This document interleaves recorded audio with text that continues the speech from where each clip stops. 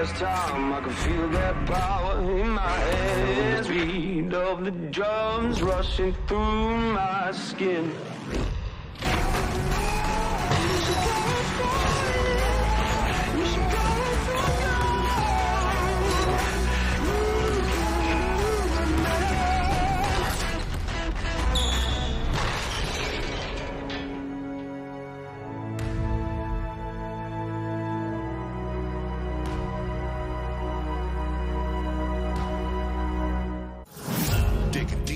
Don't measure. This team is exciting to watch. They play at a high pace. Here's Fletcher. Deep three. It's good. Bowman is out in front and he hammers down the jam. This Riders side is difficult to beat. Oh, he throws it on the barrel to himself. Oh, have you ever seen anything like it? Welcome to the National Basketball Performance Centre in Manchester, where the Giants welcome the defending champs, the Riders. Will our hosts be leaving tonight full of festive cheer, or are Leicester going to be channeling their inner Grinch to take home the points? Welcome to Friday Night Basketball. Very good to have you with us. Good to see Mike Tuck, Kieran Achara. It is a packed house. We are days away from the big one. We're expecting a thriller. You must be feeling the festive cheer just a little bit, Kieran. Definitely, and as we'd say in Scotland, it's a real Christmas cracker we've got ahead of us tonight. Feeling the festive cheer, not really looking the part though. I'm quite disappointed we didn't wheel out our festive Christmas jumpers.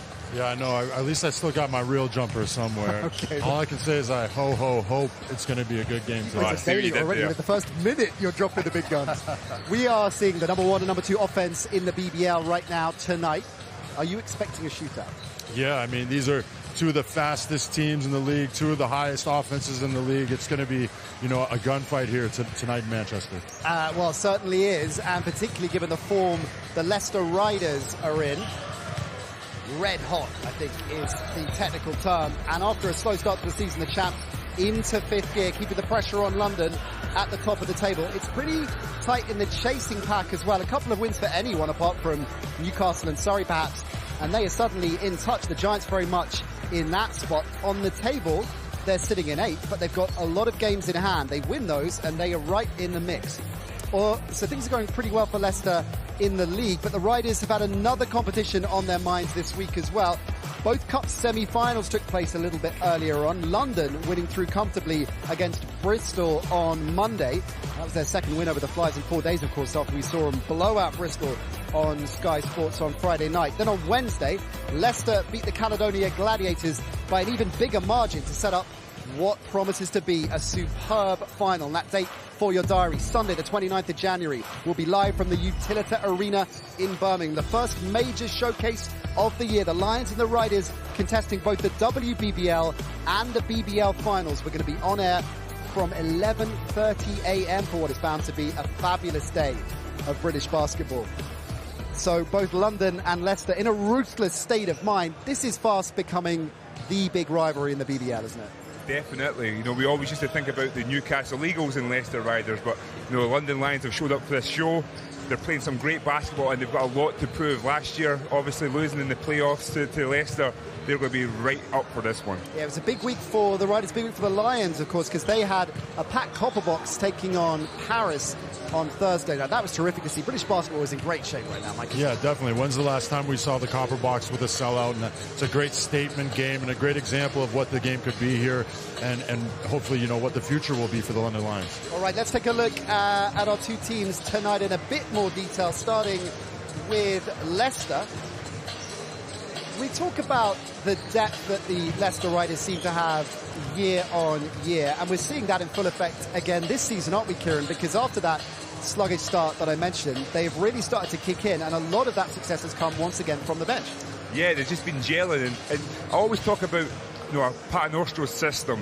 When you can buy into the system, you start to understand your teammates, but they usually focus on playing good defense without fouling, and they're still finding their feet with that, but they're right in the mix. That depth is going to be put to the test tonight, though. 2 games in 48 hours, not an easy task. Especially with there's been illness in the camp as well, and I thought they overcame so much on Wednesday in that big game, but to do it, in our game in a week, that's going to be a really tough ask. Derek Thornton, a big absence for the Riders tonight, but plenty of talent on court, starting with Patrick Whelan. And it's frankly never too early for MVP chat. We talked up the Lions' Sam Decker on last week's show, but Patrick Whelan has to be in the conversation too, doesn't he, Kieran?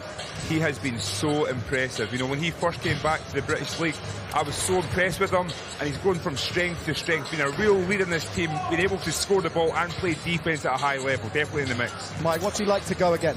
Oh man, he's such a solid player, just very composed, very solid out there, and what a shooter this guy is. He's shooting 6 threes a game, and he's making 3 of them at least, shooting over 50% from 3 this year, so very efficient player. Yeah, that's a great point, because that is a key part of this Riders offense, because with Patrick Whelan and Zach Jackson, the Riders have the number 1 and 2 in the BBL from downtown, both hitting at a 50% clip. The team was shooting at nearly 60% from the three-point range in that semi-final win over the Gladiators. So how will the Giants try and keep that in check tonight?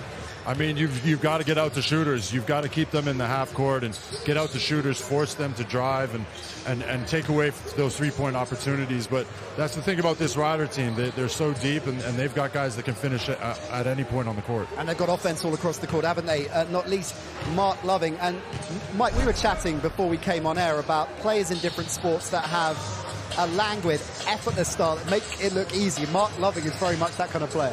He's one of those guys, right? He's kind of silky smooth out there, and my biggest thing is his demeanor. When things aren't going well, he never drops his head. When things are going great, he doesn't get overexcited. He's just smooth operator out there, very calm and collected, and those guys can be very dangerous on the basketball court. It's like broadcasting with Kieran Achara, basically. That's it. Yeah. I like that. Let's take a look at Manchester in a bit more detail. All change, of course, this year. A brand new head coach, the legendary Vince McCauley, and he took very little time assembling an all-star cast. The 2-time MVP, Ramon Fletcher from the Eagles, installed as the floor general. Dirk Williams, the former Lion, who Vince coached back in London. Taj Green as well, who's already electrified the BBL. And Fletcher's been, no doubt about it, one of the great players in the BBL over the last decade. New home, same old Fletch, leading the league, Kieran, in assists once again. Yeah, he's just a complete floor general, but I just think about him and Vince McCauley. It's a perfect partnership. He allows the point guard to run the team. He's set free, and he's taking his teammates with him. It's just a great to see him still playing at a high level. Doug Williams similarly playing at the top of his game. Mike, I guess you squared off with him a fair few times over the last few seasons. We all know he's a sharp shooter, but you know what's coming, that's one thing, but knowing how to stop it, that's an altogether different thing. Definitely. I mean, one of the best catch and shoot guys in the league, but then he also he's got a great handle, and he can create for himself, and he's got that length, which when he's driving down the lane, he's able to finish above you or around you, and he makes it so tough to guard him because you can finish from anywhere on the court. Taj Green, leading the BBL in scoring, always plays with a smile on his face. He's currently clearly the front runner for play of the season. It's not even close. He's box office. Taj, the dunk machine Green. That's all I can say. He is box office. He's the player that I look forward to watching, and that's saying something. He's also in the top 6 in defensive rebounding as well. So talk us through his prowess around the boards and why that's so key for this Giants side, and particularly tonight. Yeah, I mean, Taj is a great guy for them. He's such a high-energy player, and had a double-double last game against my Sharks with 24 and 10. So he's just a tough one. And this Manchester Giants team, they're a smaller group, but they're talented throughout. Now, one player who's being sorely missed by Manchester at the moment, at both ends of the floor, is William Lee. The ex-Leicester man has been out with injury for a couple of months. So we figured we'd send Drew Lasker to meet up with him just to check that, despite the setbacks, he's still very much feeling the festive glow.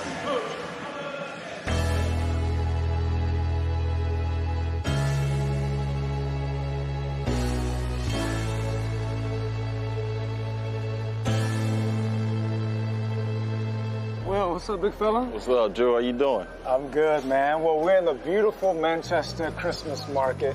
Yeah, what's your thoughts on the city and the organization so far? It's a beautiful city, even though the weather is not, as good as I would like it. I like the sunshine, but the organization is pretty good as well. To Lee with the flush. Wow. Well, after a successful season with the Leicester Riders in 2020, 2021, you made the decision to retire. Why did you walk away? I really didn't walk away. I had stepped away from the game to get my mental back right. I was in a little funk, so I went back to the States, started coaching at my old high school, and yeah, I just had to get my mental right, man. Well, being in the right mind frame is important for any professional athlete, and it's great to see you overcome that. How did the Manchester Giants come into the picture? It started with Dirk. Dirk messaged me on Facebook, and he said Vince was taking over here in Manchester. Vince gave me a phone call, and he said, we got a point guard in Ramon Fletcher, and I was like, count me in. Fletcher with the crossover all the way to the basket. Always exciting to face your former team, but unfortunately you won't feature due to an ankle injury. What's been the most difficult part about being on the sidelines? Just watching, watching my guys work hard, and I can't work because of this little ankle injury, but I'm now starting my rehab, getting the strength back and getting the rhythm and getting back in the, the motion of basketball. We got this beautiful ambiance with us in the Manchester Christmas market. Christmas is a couple of days away. How do you normally get into the Christmas spirit? Well, I would normally get in the Christmas spirit by putting up the Christmas lights around the house, around the Christmas tree. Yeah. Helping the family do that. And that's the toughest part about being a professional athlete is that you miss those holidays with your loved ones. But on Christmas Day, what's the plans? Christmas Day, the plan is to cook, get in the kitchen, cook ham, turkey, dressing. You gonna spend it with any of your teammates? We're actually doing this Secret Santa thing. That's awesome, man. Well, look, we know that the Christmas turkey isn't a layup, so who's responsible for cooking the Christmas dinner? I would say Fletcher. Okay. I'll give all the responsibility to Fletcher. Wow. Yeah. Okay, well, I mean, Fletcher was my ex-teammate, and I wouldn't say that cooking was his forte, but I did see him grow over the years, and that's the great thing, to see his evolution, how he's come here, and not only you making him the cook now, but I've seen how he's really dove in with the team. You guys seem like you're having a lot of fun here. Yeah, we are actually having a whole lot of fun here, man. We all making TikTok, Fletch dancing, Dirk's dancing, I'm dancing every now and then. It's all getting together like one big family, and I'm enjoying it while I'm here. Well, it's great to watch from the outside, man, and I want to thank you for your time. And also, you know what? Merry Christmas, man. Merry Christmas, man. Thank you for your time as well. You realise I'm expecting a similar TikTok from you two and at Rowe before the end of the night. We've already done it. We've already made it. It's in our drafts. It's in our drafts. One step ahead. What are they missing on the court with William Lee out? He's just a player. We talk about energy. He can score the ball multiple ways. He gets on the glass. He blocks shots. He has been a leader. He's won things before. He knows how to win. So they are missing a key piece to the puzzle. It's a really interesting point that Drew made in the piece we just saw, saying to William how difficult it must be for him, for any international player to be away from home at the best of times, particularly at this time of year. It can be a real tough time. When I was playing abroad, it was a difficult time. You're thinking about family, you're thinking about friends, you're thinking about the sacrifices you make. I've actually seen players leave and not come back. It can be a really, for a mental perspective, it can be really difficult. So the players can get through that, stay together as a team. These are the ones that can make a big difference in that second half of the season. And it's great to see William here tonight talking to the fans. As I said at the top, it is a packed arena. It's still very much front and centre with the team, and they are very much looking forward to having him back. I'm sure they're doing okay without him, though, so it begs the question how strong they'll be when he does come back. It's the highest scoring offence Manchester in the BBL. So what kind of tempo, Mike, will they look to set tonight? Well, it's going to be high tempo. Both these teams like to leak out, get out. They push the ball when they can, and then they shoot a lot of threes as well. Both teams, the number 1 and number 2 3-point shooting teams in the league. So we're going to see some high-octane basketball here and hopefully some defense as well. I am really looking forward to this one. I bet you are as well. We are moments away from tip-off here in our Christmas basketball special. The number 1 and number 2 offenses in the BBL going head-to-head next. Deep three. It's good. Dirk Williams. Loving to the hole with the flush.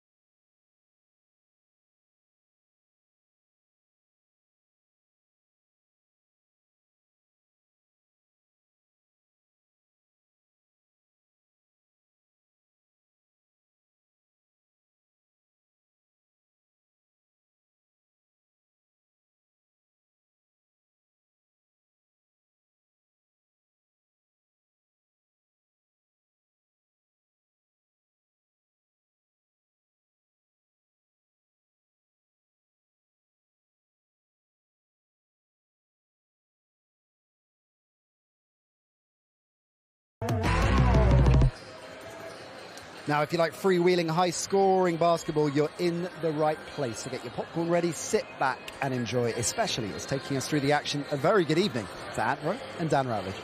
Good evening, Nat. Good evening, everybody else. Good evening, Vince, as well, wandering into our shot there. But it's that game before Christmas. It's the teams want to get that win before they sign off. Here's the starting five for the Newcastle Eagles, Manchester Giants either. I see Fletcher, I think Eagles, but Taj Green has been great for the Giants this year. He's been huge, leading the league in scoring, and then you've got Fletcher leading the league in assists. There's certainly a lot of offense out there. At the other end, a change in Leicester's starting lineup with Derek Thornton not here. Kimball McKenzie, who's been excellent in recent weeks, into the starting lineup. I thought he was brilliant in that semi-final cup game midweek, and on Mark Lovin as well, the silky smooth scorer that had 20 points up in here earlier this year. Well, the ball is up, and it is the Giants who get the opening possession of the game, with Ramon Fletcher pulling the strings as ever.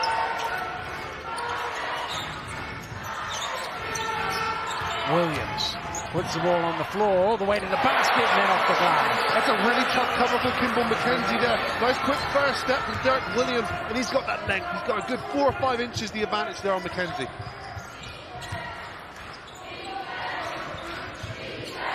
McKenzie gets a little bit of a space at 12 feet but leaves it short.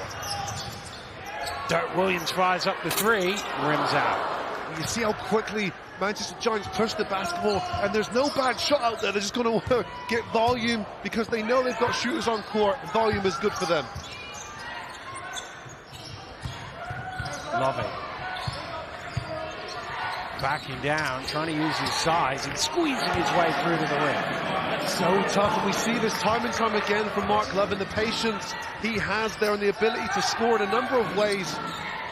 Fletcher knocks down the triple. Encouraging start here for the Giants, both with their lead. Talisman scoring early in Derek Williams and Ramon Fletcher.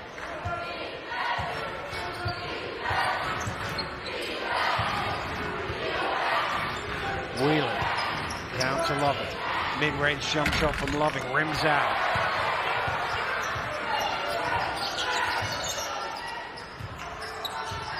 Fletcher, they go under the screen again. He makes back-to-back threes.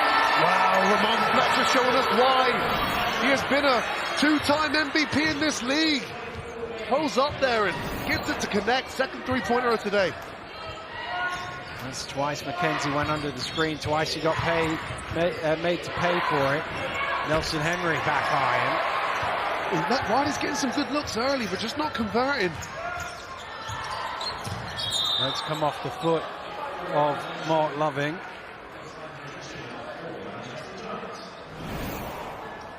See him trying to thread the needle there, and Mark Lovin knows that Ramon Fletcher's averaging 9.5 assists a game. He puts the foot on that one to stop it coming through. Go over the screen this time. Fletcher driving in. Kick back out. Williams late in the shot clock, blocked by Loving. Loving pushing it back. Loving is pinned to the glass by Derek Williams. Wow, he chased it down, didn't he? Great block.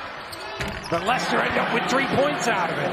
Kimball McKenzie, the offensive rebound, and a scrappy play from him, and able to knock down the three as a result.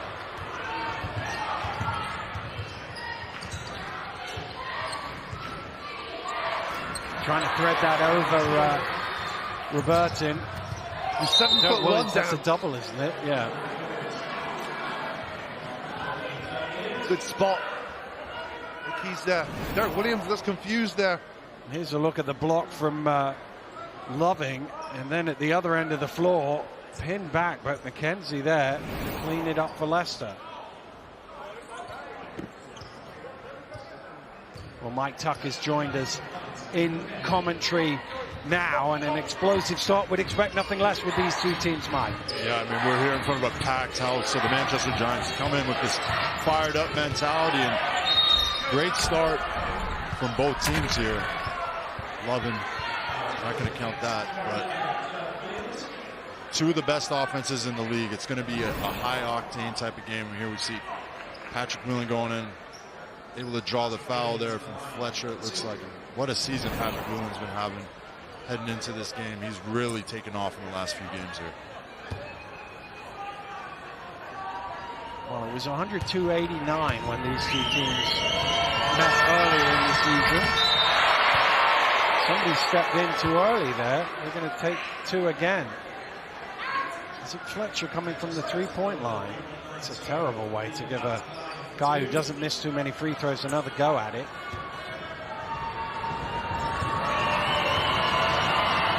He's a 82% free throw shooter, so as you say, Dan, he's not going to miss too many of those. Of course, this will be a away from home for Patrick Whelan. Played his junior basketball in these regions along with his brother Jordan.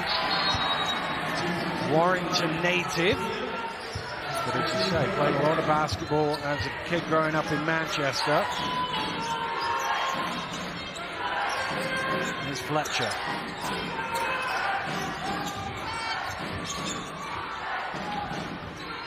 Fletcher low, down low to Robertson. Spinning back, going strong and taking the foul from Nelson Henry. Oh, legend Robertson getting the nod from his coach today, right in the starting five position. I think mostly due to trying to neutralize Nelson Henry on the other end of the floor, but this time 7'1" Brit powering his way through and gets Nelson to commit the foul.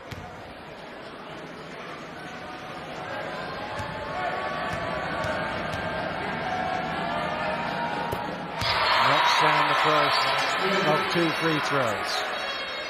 He's a guy as well, when you look at his numbers, it won't jump out on the page, but he's averaging 5 points and 4 rebounds a game in 13 minutes of play. So when you look at the proportion of the game he's playing, he's an impactful player, and he's able to utilize his size and strength. He's off the mark with the second free throw.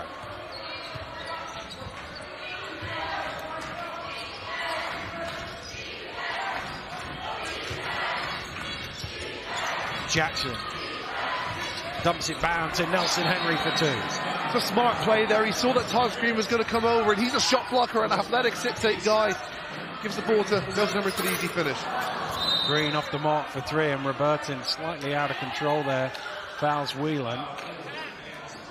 Looked like Taj Green there, just trying to get himself involved in the offense. Not the best shot, not his highest percentage shot there. But itching to get going here. Robertson subbing out here. Well, it's interesting because Nelson Henry comes out of the game for Leicester, and Menzies, who's the one guy out on there who's going to be bigger than Robertson, comes in, and yet Manchester goes small. They've gone zone here because they brought Robertson out and brought Jones in.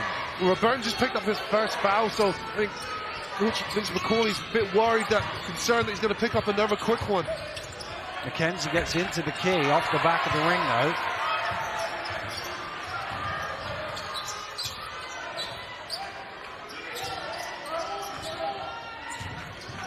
Dirk Williams drives into traffic. Whelan out in front. Whelan will get the finger roll. Smart play there from Patrick Whelan. He knew he had the foot speed there to get to the rim, and Ramon Fletcher's not really wanting to challenge that shot.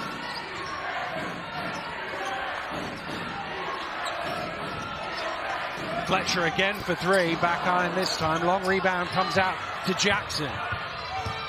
Jackson squeezing through, Loving trying to tip it home, but Williams with the rebound.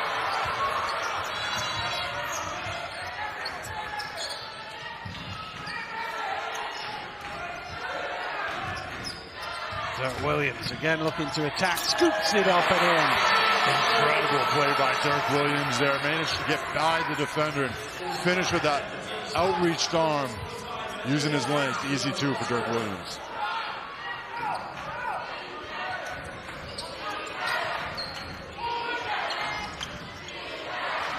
Menzies, Loving cutting to the basket. Jones breaks that up, and that's going to be a Manchester ball. Oh, good anticipation there from Callum Jones. 37-year-old veteran, BBL veteran. He's just a baby. He's just a baby out there. Well, the baby stepped up there and got the Riders to commit a turnover. Good play. Oh, great to see Cal back in a Giants jersey here. Legendary player for the club, all-time leading scorer. Robinson long two, strings it. Anthony Robinson, he was one of those guys that had a really big game in this fixture just over a month ago, and this it's a nice looking jump shot from him.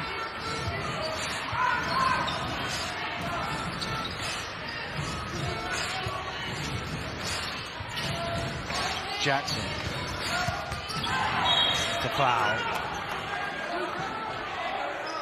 44 shown to the table. First one on Fletcher.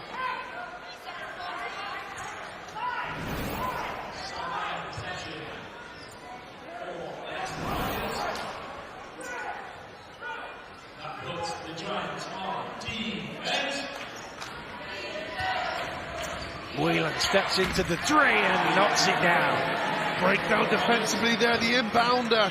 Inbounds the ball, defense switch off, don't locate the dangerous shooter in the BBL in Patrick Whelan, and he punishes them.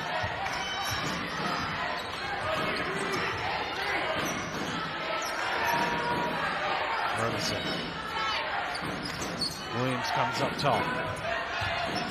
Williams stumbling, and McKenzie's going to get called for a foul. It'll be 2 shots for Dirk Williams. Smart play there from Dirk Williams, able to take the smaller defender off the dribble here and draw the foul. And he's been heading pretty aggressive towards the rim all night, having some success there and able to get himself to the line. Well, Evan Walsh checks into the game for the first time for Leicester, and with their injury and illness issues in recent weeks, he's been having his number called a little more than it was early in the season, and he has responded to that call for sure. Yeah, I thought he's been really good for this Riders team. He had a big performance up in Newcastle, 12 points, just an energy-filled performance, and then midweek in that semi-final cup game, another 6 points, and again, another positive performance from him. And Coach Paternostra thrusted them in to game situation here in the first quarter. Game tied at 14. 3:20 on the clock here in the first quarter. Adekoya. Inside to Menzies, and he's just too big in there. It's a good play there, high-low. Adekoya in the middle of that zone, able to dump it down to his 7'3" center. And Aaron Menzies delivers. Fletcher, nice pass, and that's going to be a hard foul. Vince McCauley wants an unsportsmanlike, and he gets one. Wow. But I think it's one of those ones where me and Mike sit here and think, yeah, you know what? Back in my day, it was a foul, of course, but it was a... I don't think he's trying to deliberately hurt the player. Yeah, and like you said, back in our day, no blood, no foul, but these days the rule is a little bit different. If you don't make a play at the ball, it's an unsportsmanlike.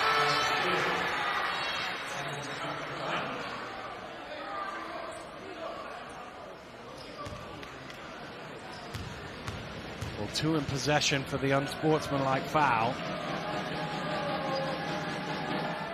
And he goes 1 for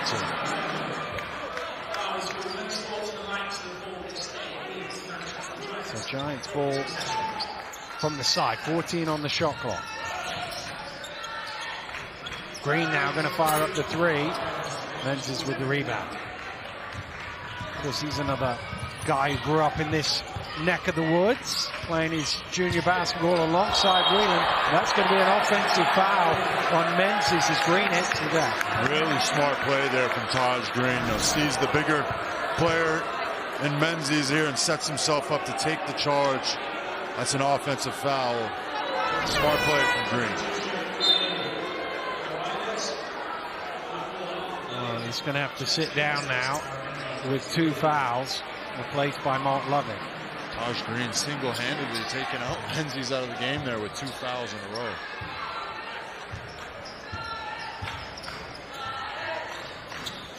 Be interesting to see if Manchester change their defense now, because the 2 teams are a bit more evenly matched size-wise with the lineups they have. Down low to Callum Jones, broken up by Walsh. And that's going to be a second foul on Fletcher with the bump. Giants players wanted a kickball by Walsh in the first place. Well, I don't think Ramon Fletcher needed to do that, and I think it was the way the action came out. Walsh's hands and legs came out. Really difficult to see on that replay. Ramon Fletcher, 2 fouls. It's a cause for concern there for the Giants as he is their orchestrator on offense. Let's see. Nick Lewis checking into the game. Nick Lewis, big game against the Sheffield Sharks last week. Was really finding his shooting form in that second half, and really a key factor in their win last week. Jackson cutting back door. Too strong on that, though. Jones with the rebound. Connor Washington checked in for Leicester. First time in a month that he's been out on court. Been out with a back problem. Here's Dirk Williams driving in, falling over. And rebound is with Lovin. Lovin going all the way to the rim for 2. It's so tough in transition. Mark Lovin sees the defense aren't really trying to stop him, and he goes all the way to the rim with a nice left-hand finish. Green floats one up and in for 2. He's so controlled down there, and the more games he plays, the more comfortable he looks. 20.5 points per game so far this year. Difficult shot to stop. Here's Washington.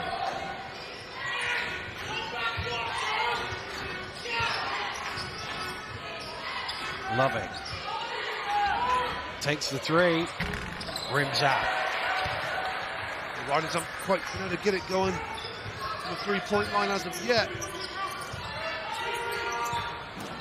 Here's Green.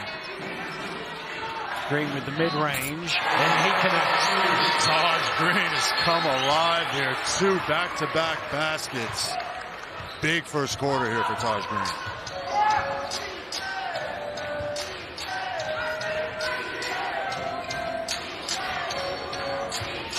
Washington back out to Adekoya. They've left him wide open, and Adekoya makes them pay. Wow. Jabril Adekoya had all the time in the world. Defense didn't react. Riders are now 3 for 4 from the three-point line.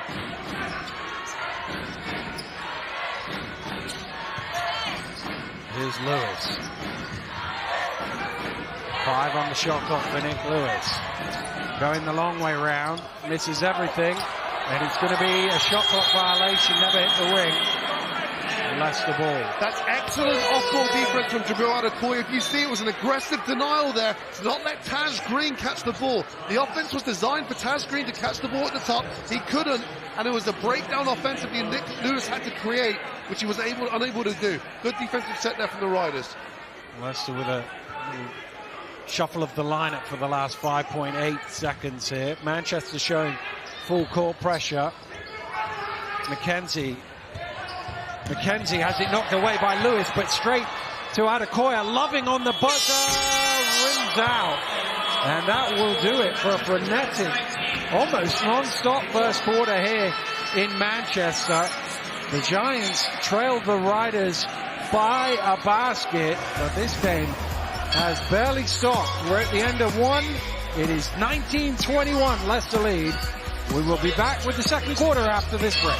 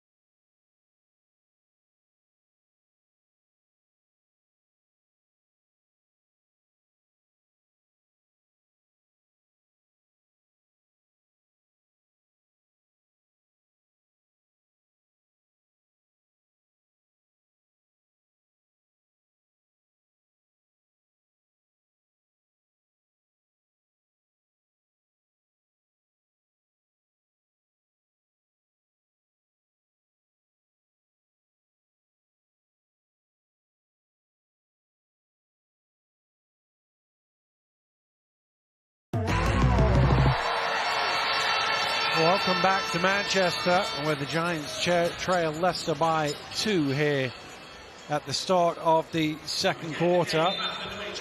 It's Riders who will get the first possession. It's Kimball McKenzie feeling the heat from Nicholas Lewis, and a little too much heat. It was definitely hot, Dan. Good pressure, though, and persistence from Nick Lewis. And sometimes it's just one of those message fouls, but where they've got to be careful, Ramon. Fletcher's got 2 fouls. Nick Lewis becomes even more valuable here because he can relieve some of that point guard position with Callum Jones.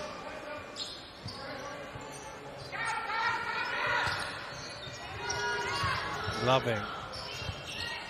Down to Bowman. Bowman kicks out to Loving. Turned down the 3. Moved it on to Walsh instead, a little short. I thought Mark Levin should have shot that ball. That was exactly the same spot where he missed the 3. Williams throwing it to Robertson, who wasn't even looking in that direction. Odd turnover, unforced. If that, it's one of those ones where, is it the recipient that should have been looking, or is the passer should have waited for the recipient to look? I don't know, I usually ask you those questions. Mystery to me. Walsh driving in, trying to get his own rebound. It came off him last. It will be a Manchester ball. What I will say is the Giants' resistance, interiorly has been so much better than what we've seen in previous weeks. That's one of the errors that they've had. This is a team that give up the most points so far this year in the league. Good resistance thus far.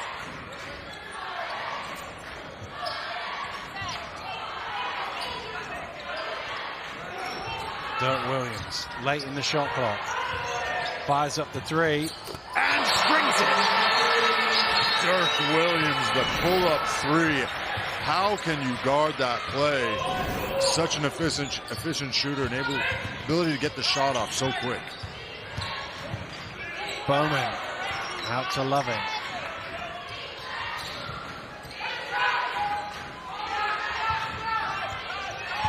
Walsh has it ripped away by Jones. Another good defensive effort there from the Giants. Dirk Williams again. Not this time. Walsh steps into the 3. Halfway down. Rebound by Bowman, who was fouled. Slightly late whistle, but I think it was the right one. It's a beautiful offensive rebound for Blake Bowman. The young Brit here just reacts quicker than anyone else. Sandwiched in between 2 players. I think a relatively easy call there for the referee to make. Contact made.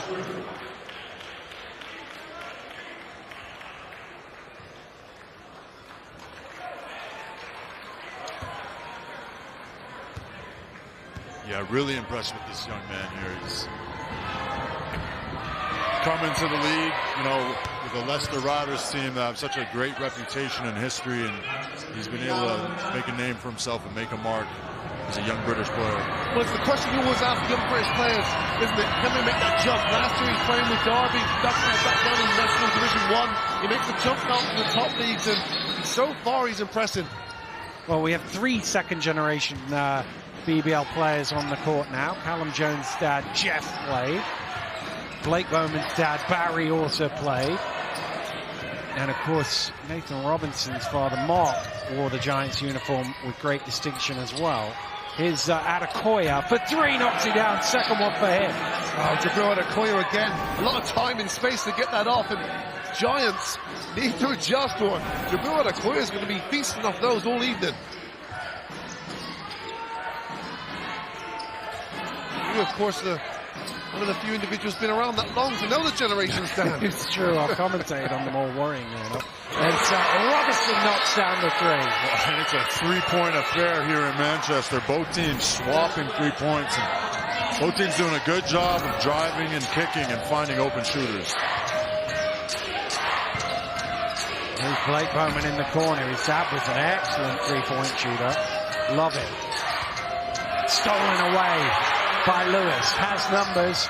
Back to Robinson. And he leaves it in for two. That's great play from Nicholas Lewis. First, the initial anticipation is steal, but then he's good spacing on the offensive transition there. Getting the defender to commit, and nice lead pass for Robinson. Adekoya driving hard. Gets his own rebound. Second attempt is good. Great determination there from Adekoya. Not able to finish the first one, but able to get the offensive rebound and a nice touch to finish off the play.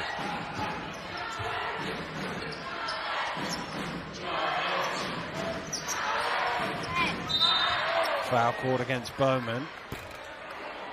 It's one of those too where you don't do that.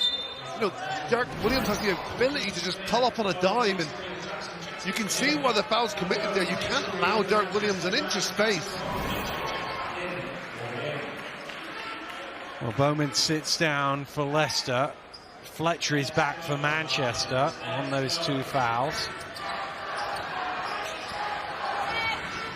The good news for Giants as well, they've been putting points on the board without Fletcher on court. It's always good signs for sustainability of offense.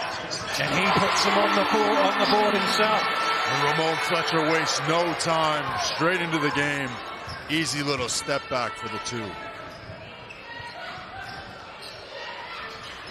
Down low to Adekoya, using his strength and finishing it off the glass. Great first half for Adekoya here. It's just an excellent use of his size and strength there. 10 points personal for him already. Lewis short on the three. Robinson with the offensive rebound though. He's fouled and that will count. He'll go to the line for a bonus. Anthony Robinson likes this matchup. A big game again in this fixture earlier this year. Over 20 points for him, and the confidence and the ability to adjust that shot. Nice finish. Well, it is interesting. We were talking about Legend Robertson at the start of the game, starting the game. As soon as Nelson Henry went out, he sat down. Nelson Henry's come back in, and he's ready to come back into the game as well. Nelson Henry was a guy who hurt them this fixture earlier this year. He had 14 points and shot the ball very efficiently. So I think Legend Robertson is that neutralizer, with size and strength, looking to slow him down.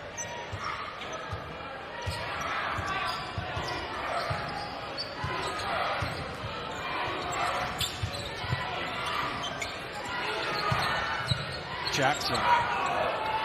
Blocked! What a block that is by Robertson. Wow. When you're 7'1" and you can jump, that's how you capture shots from the sky. Goodness me. Spiked it, didn't he? He spiked it. The ball was still going up as well. That's the remarkable thing. It just looks like it wasn't because Robertson was so high in the air. 3.8 on the shot clock. Does Loving see it? He's got to shoot. He gets it away. And he strings the three. Goodness me. I didn't think he saw it just because of his casual nature. He's so cool, calm and collected. Wow. Robinson looking to reply off the mark. Green trying to get the offensive rebound. But Loving has it. Loving steps into another one. Not this time. Giants dodged the bullet there, though. He's a guy who can knock down those threes in transition. Fletcher long two. And he's the guy who can knock down the shot in transition too. Ramon Fletcher just reminding us all why he's a two-time MVP. Incredible. Loving steps into another three and he hits again. Hey, Mark Lovin. Poor defense from the Giants there, and Lovin makes them pay. Fletcher driving hard, too strong. Robertson trying to get it, diving on the floor. And that will be a held ball and will stay with Manchester. Good hustle there from the big man. It's not always easy for a big 7-footer to get down on the floor and get down and dirty, but diving on the floor, and this is that type of game, you know, hustle game.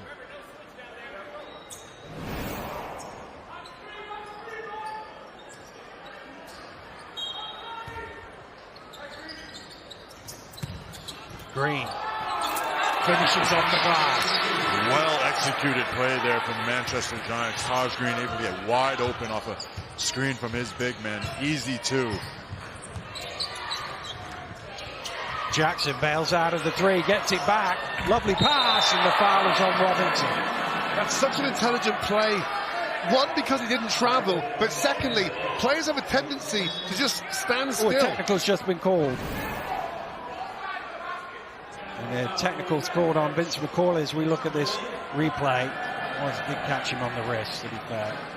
Jackson does a really good job of just not standing still. As soon as he releases the ball, he cuts, and his teammate found him. And he gets fouled, and Giants starting to unravel slightly here in that technical foul. So there'll be a free throw here, which Jackson will take. And Jackson is not the best free throw shooter on Leicester's team, and obviously anybody could take the technical shot. He will now shoot 2 for the original foul.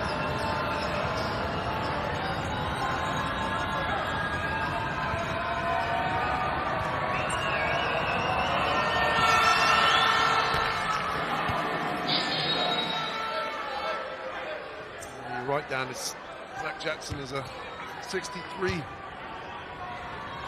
free throw shooter. That's actually going up from earlier in the season. Yeah. It's a bit closer to his average over the course of his BBL career. Into Roberton. Roberton using his power but missing the score. Jackson sees Loving open.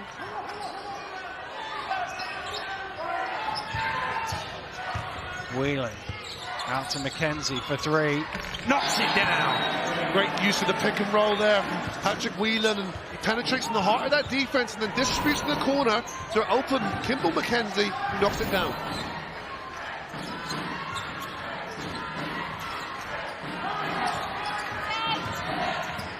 Fletcher lobbing it to Green. Couldn't quite get his hands on it. That was a good pass as well. McKenzie to Jackson. Good fast break. And Vince McCauley goes, well, he's asked for a timeout, but the team got the ball in too quickly for him. Vince wanted to stop the play. Dropped off and jammed in by Taj Green. Wow. The penetration, the ability to keep that dribble alive from Fletcher. Good pass. Well, Fletcher's come up hobbling out of that, by the way, as Jackson Strong takes the foul. Fletcher is clutching his hamstring there as he hobbles to the bench. How about that finish from Jackson? Able to rise up here, and Legend going straight up. Jackson able to a little bit of hang time and able to finish over the big man here. Super impressive play here from Jackson. Spreading the lead out to 6 points as we head towards halftime. 2:45 to go in the first half. Earlier, Mike Tuck caught up with the two coaches to see their thoughts before the game. Coach McCauley, what's your assessment of the season so far? Well, my assessment of the season for the Manchester Giants is great at home, getting better on the road, and hoping that injuries don't set us back for too long. But for the season, in terms of the league as a whole, what a fantastic BBL season we've got. A smaller roster, but full of talent. How far can this group go? Well, there's a lot of people out there say good things come in small packages. So therefore, I would say we can go a long way. Ramon Fletcher, the smallest of the small packages, delivers very well. But no, I mean, in all seriousness, we've shown that we're competitive. Are we at our best? We're not at our best yet. Getting William Lee back, being able to play together for 3 or 4 weeks, I think we'll be even better than we are now. Coach Paternostro, 1 loss in the last 11, through to the Cup final. Is life good right now? Yeah, it's good. I think I've loved the way we've improved, and I love the way we keep working. And yeah, I mean, that's a heck of a record in this league. We know how tough each game is, and been very proud of the guys. But yeah, the other night was awesome to get to another final that we won last year. That final's awesome in Birmingham. We're really excited to play in that one. And now the focus shifts to tonight. 2 great offensive teams out on the floor. What's your focus? To see who's healthy for us. I think right now that is the main concern that I have. We're still game time decision on a lot of them. Derek Thornton didn't travel. He's sick. So we've had a flu bug that's going around the team. So I think that's the number one concern. But then after that is their offense. Yeah, we got to get back on defense. They're really fast coming up the court. So it's going to be important for us to really get back on defense and take care of the ball. Well, Vince mentioned in the interview there Manchester's home record, unbeaten in the league in this building this season, but you saw the shot of Fletcher clutching his hamstring on the bench. That will be a big factor if he cannot return. Lewis almost loses it, gets it to Dirk Williams, shot clock running out. Williams misses. Robertson with the rebound and the clean. The hunting impact to the offensive glass there. Good business from the Giants. And a good initial penetration there from Dirk Williams as well, who's been really aggressive in this game.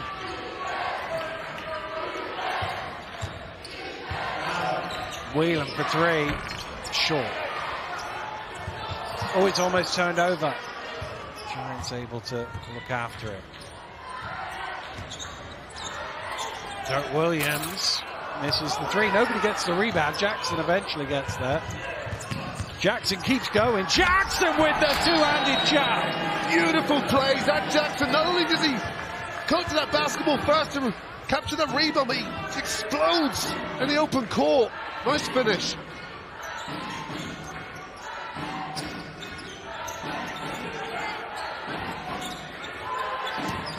Burton kicks it back out. Robertson stumbles through the two defenders, and a foul is scored on one of them. It is Mark Loving whose number is shown. And you can see Fletcher working out on the bike, trying to get the muscles moving. But the way he grabbed that string was not a good look. That is better that he's at least moving it now. Yeah, you're right, Dan. Hamstrings are one of those injuries you can't quite shake it off in a game. It usually takes months to recover from something like that.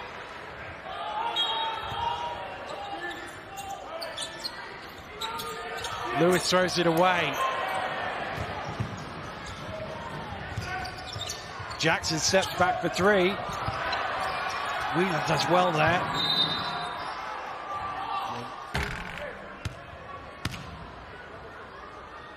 I think what happened there was the shot clock got reset, but the ball never hit the ring.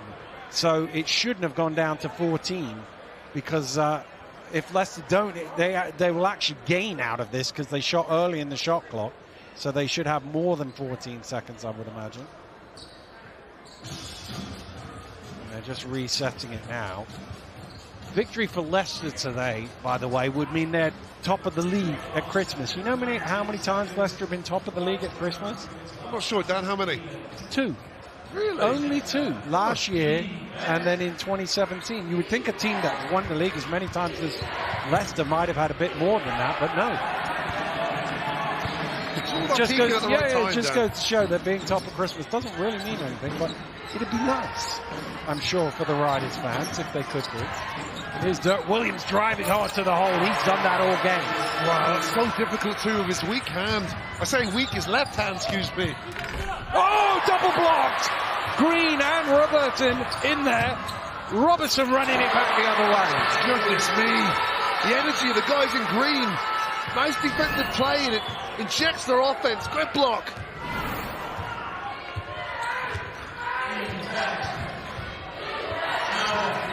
Loving, but they've lost a shooter on the three-point line. They got lucky there. They did. They can't keep doing that. Riders 7 for 16 now, shooting a healthy percentage there from the three-point line. Well, Leicester made a lot of threes the last time these two teams met. 13. It's their second highest tally of the season. Dirk Williams ticking it down to the buzzer, and there's a foul called, and that's only the 4th, so it'll be a sideline ball, but it is on Loving, which will be his second. He's going to the bench, and Bowman's going to come in for him.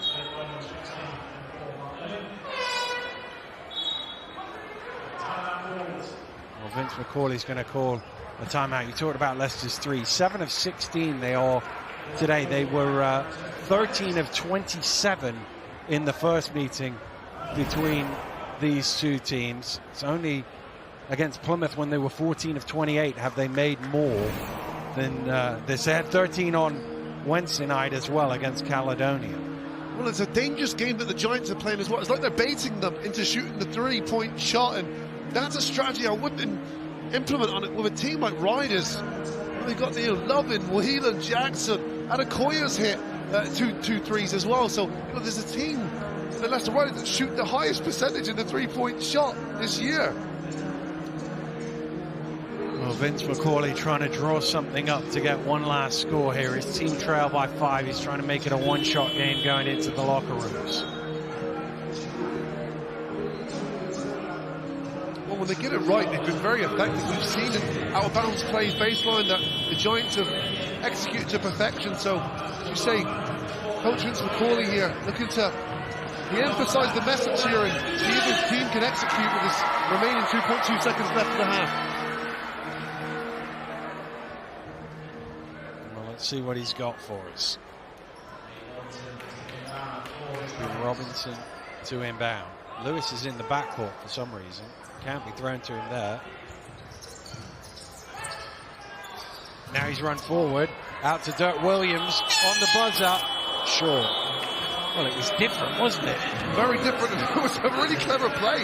In all honesty, like you said, Nicholas Lewis, we didn't think we'd even factor in that. He almost got himself an assist. Well, the two teams head their way to the locker rooms. 5 points separating them, but concerningly for the Manchester Giants is the health of their star point guard. Let's have a look at the numbers in this game. And, well, Leicester shooting the three-point shot better. That is a key to how they win games. Manchester have got to try and slow that down. 7 of 16, 43%. They have, and Riders lead the league in three-point percentage, 39%, and you cannot allow this Riders team to get so many good looks, and that's what's happened in the Giants' defense. They've had breakdowns, but I like the energy, and we'll see if that continues in the second half. Well, Dirk Williams has been very aggressive in this first half. He's got 10 points for the Manchester Giants, and he is with Mike Tuck. Dirk coming in here, halftime, your assessment of the game so far? Yeah, we just got to go out with a lot more intensity. We're giving them open shots. I just think right now we just need to stay poised, stay locked in. And you've had an aggressive start yourself with 10 points. Talk about your own performance. Yeah, I'm just trying to get myself in a rhythm and be aggressive at the moment. I've been a bit cold the past few games, so I'm just trying to get myself going. Coach told me to be aggressive, so that's what I'm trying to do tonight. And what were the other things the coach was saying to you before the game? Just go out there with a free mind, play free. So that's what I'm trying to do. Let's talk about the tempo of this game. It's been very up and down, two very high-scoring teams. Does the fast pace get a little bit chaotic, or do you guys thrive in this environment? Yeah, I mean, I think we thrive in this environment, but I know sometimes, it does get a bit chaotic. I think, we just need to learn which plays to slow the ball down. For the most part, though, I think we thrive in those moments where we're playing up and down. Dirk, thanks for your time. Yeah, compelling first half, wasn't it? The Riders go in with a 5-point advantage, but the Manchester Giants still very much in this ball game. Reaction and analysis coming next.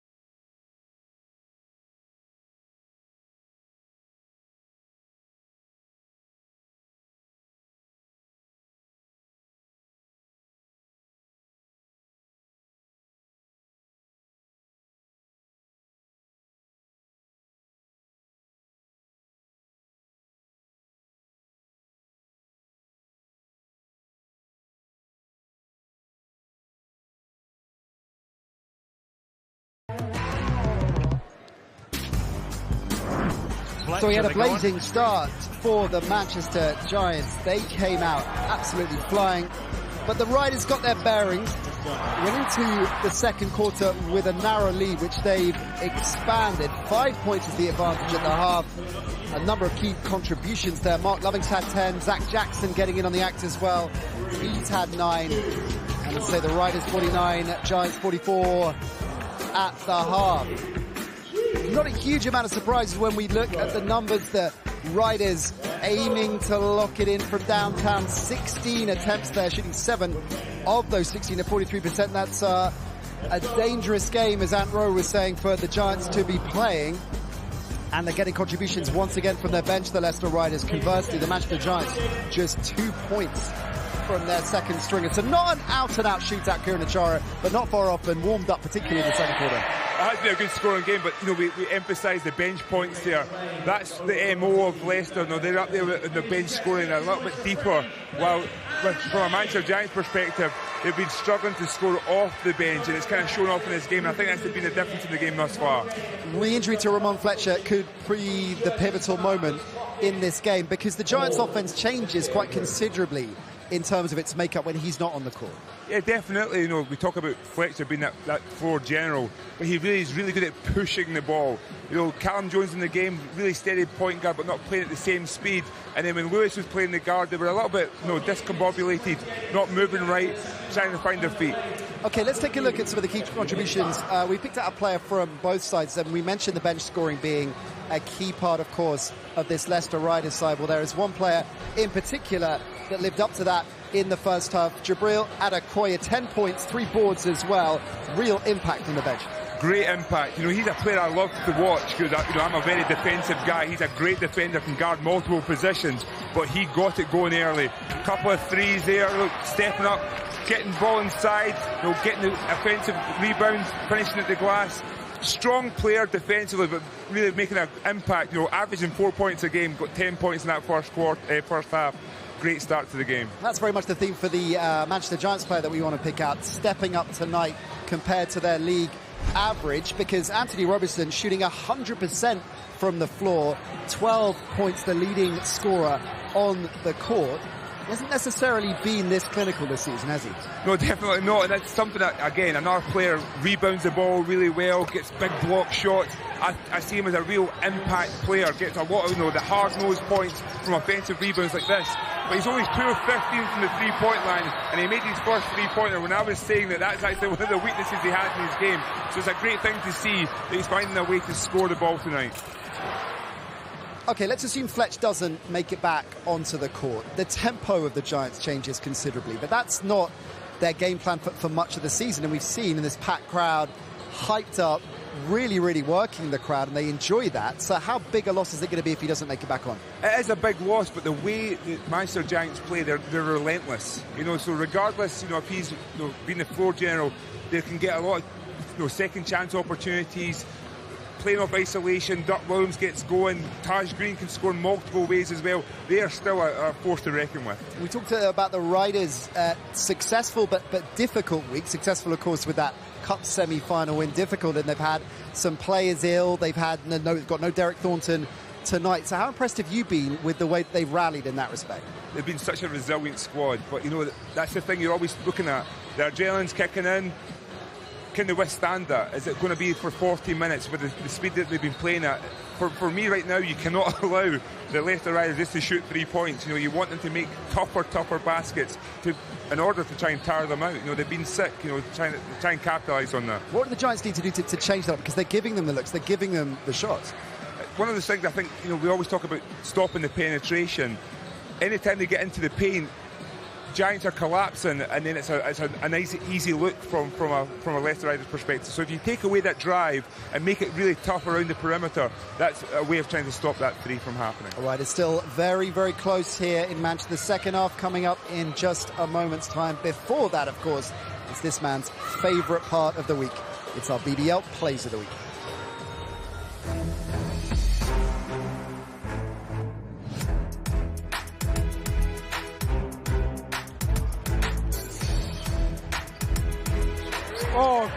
Wow, what a rejection that was by Hassan French. Evan Walsh thought he was going to go all the way to the basket. No, he wasn't.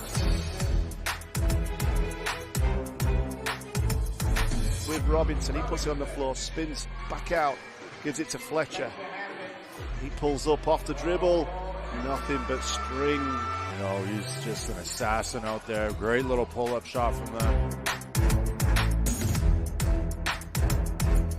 Well, Taylor now here, guarded by Hamlet. Coming off one screen, throws it out. Oh, baby! Are you serious? Shaquem Johnson elevated over the Surrey Sports Park Arena.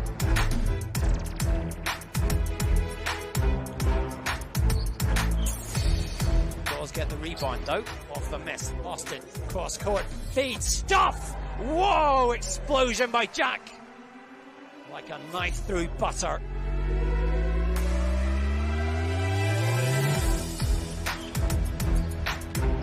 Austin attacks, lobs it up to Delpesh, who jams it in. Goodness me!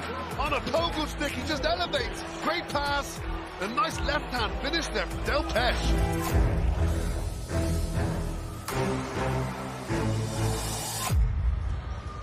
Okay, big man, it's an important one. It's the Christmas one, so you got to pick this carefully. As Akro would say, on a pogo stick, Delpesh, that dunk with his left hand, that was disgusting. You know, I knew it. You just gave me a look as we were watching that. I knew you were going to go there. Brilliant stuff. All right, congratulations to Marcus Delpesh for that play of the week. But we are all about the second half here in Manchester. The Riders, the champs, have a 5-point lead, and of course, if they can win tonight, they're going to go back to the top of the table, which will represent a good week of business after that cup semi-final win. The Giants have something to say about that. Second half coming next.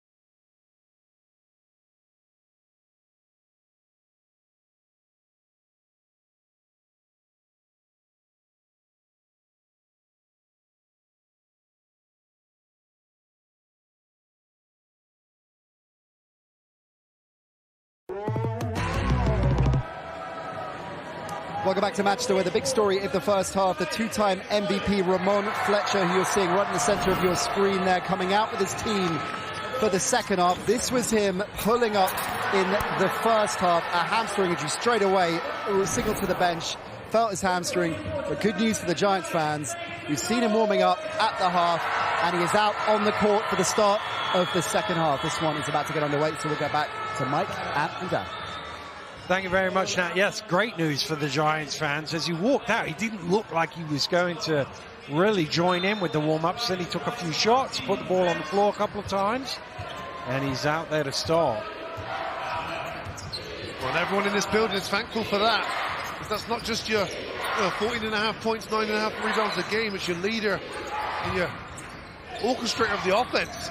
9.5 assists per game as Nelson Henry can't convert. It's not really a 9 rebound a game guy. Oh, excuse me, no. He has been known to get down there and dirty with the bigs, but no, 9.5 assists. Thank you, Dan. Well, his shot is a little bit short, but Robertson trying to keep it alive, and he does get a new offense for the Giants.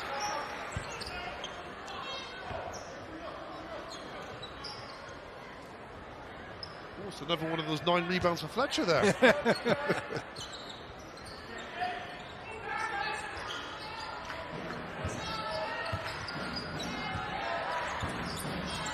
It's directing traffic now. Robertson down to Green late in the shot clock. Spins into a double team and stumbles out of bounds. It's a Leicester ball. It's one of those ones where the defense just sort of stands strong, and Leicester shooking Taj Green up. He's still not recovered.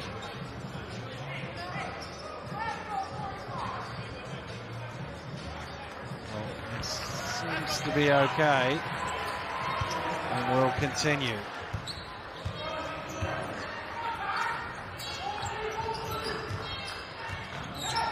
Loving. Blocked again, Robertson getting a piece of it. Oh, Lord, how good a job has this Manchester Giants team done of protecting the rim tonight? And without their best shot blocker in William Lee. There's Robertson at the offensive end, out to Robertson for 3.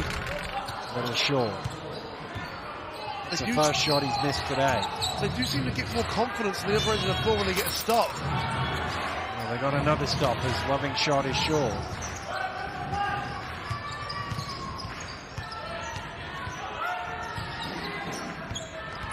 And it came off Green last. It'll be a Leicester ball. Well, careless play here back-to-back now for Giants. They went to Green twice and they've got no reward.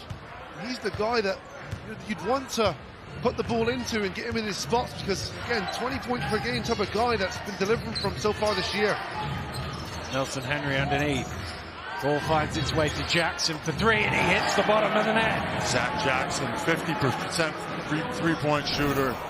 That's going in all night, but the ball movement from the Leicester Riders on that play has been phenomenal. The unselfishness, creating wide open opportunities for these Riders players.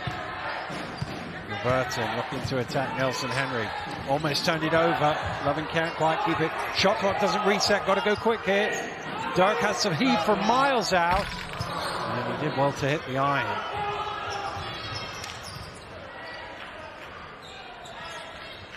Three possessions.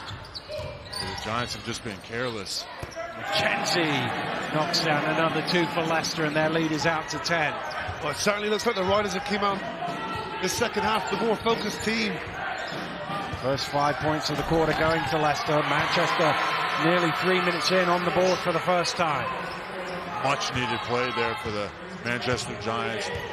Cutting Robertson. Another assist on the board for Ramon Fletcher.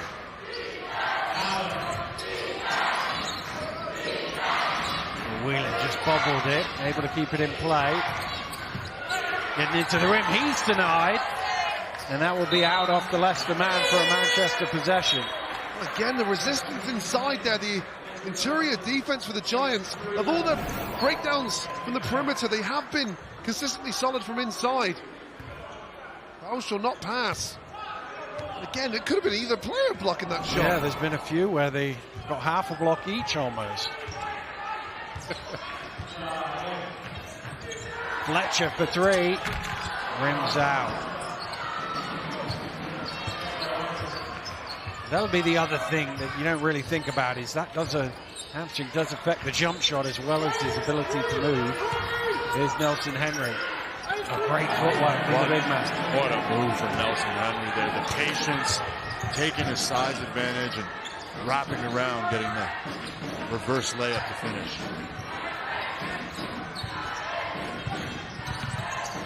Dirk Williams, tough shot. Tipped by Green, but not in. Nelson Henry with a quick outlet. Jackson in front. Jackson is fouled from behind by Robertson. Good pass from Whelan to find him. All started with the defense there. Excellent defense from Nelson Henry off that pick and roll. And Whelan and Jackson, they will be one of the most devastating duos in the fast break you'll see this year. All of a sudden, this Manchester Giants team doesn't feel like there's a lot of momentum with them. The offense is looking very stagnant. We've got to be careful here to keep an eye on this lead here. 10 points. Quickly bumping up to 11 here. And the Leicester Riders are not a team that you want to be chasing, especially in the second half. At some point, you have to stop them from scoring. That has been Manchester's problem here. Leicester have 57 on the board. They've got 8 of the first 10 here in the second half. Well, Robertson given the 3, but not making it. I don't know if Giants were ever going to come in here and stop the Leicester Riders. I think for them the objective was to outscore their opponents, and that's what they've done. When you look at the results they've had in the league, they've outscored their opponents by, they've scored 90s, hundreds in some instances. Well, somebody got a very close-up view. I think it might be Dirk Williams' wife who got a very close-up view of Taj Green there. It was Dirk Jr. actually. Yeah, wow. Everybody seems to be okay over there, but I'm sure Dirk will have a word or two with his teammate later.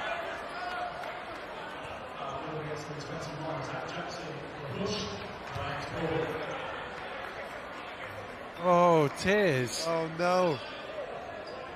He took the charge like a champ though. I would have caught it if I were the ref. Well, Taj Green could be in trouble later. Back to the action. Giants with the ball. Stolen away by Jackson. McKenzie's on his own. McKenzie is blocked by Robertson. Goodness me, came across from the blind side and was able to swat that out the air. Fletcher, Robertson's out of bounds. He hits the 3 as well. Oh, that could have been a huge sequence of events for Anthony Robertson. And here's the play before. McKenzie thinks he's got a layup in, perfectly timed from Robertson. Talk about a play to wake up the crowd and pump some energy back into the building. Unfortunately, not able to convert down the other end as he steps out of bounds. But the atmosphere and this crowd seems to have perked up a little bit off that play.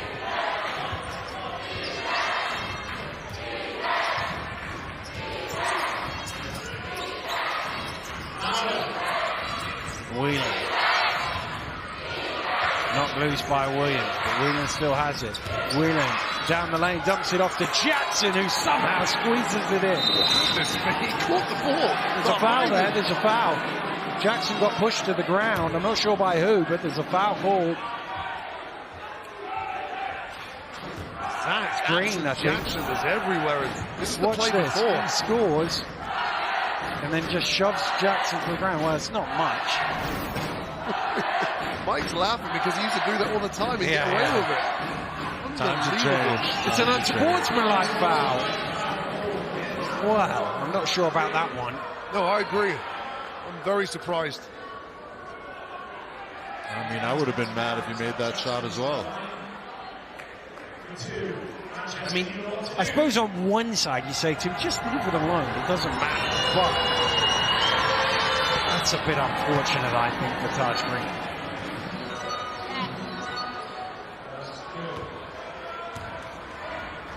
but a little bit too much on it there. You know, maybe a lot of momentum and falling into him there, but maybe a little bit too much outstretched arms there. Is you got to sell it a little bit better, Taj. Or just evening it up for Dirk Jr. maybe. That's it. Karma comes back.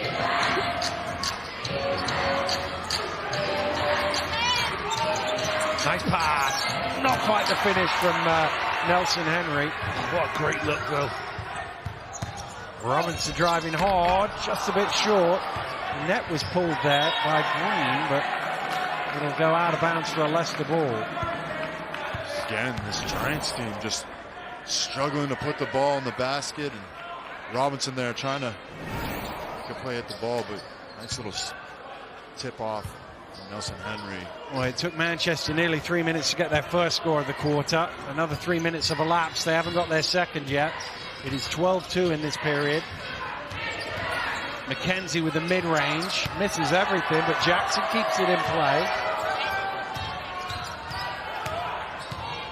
Jackson fighting his way through. Somehow gets the shot off, and he's looking for a whistle not coming his way. Dirk Williams down the lane to the finger roll. Wow. Great first step down the stride, the long strides to positioning away from the defender. Great finish.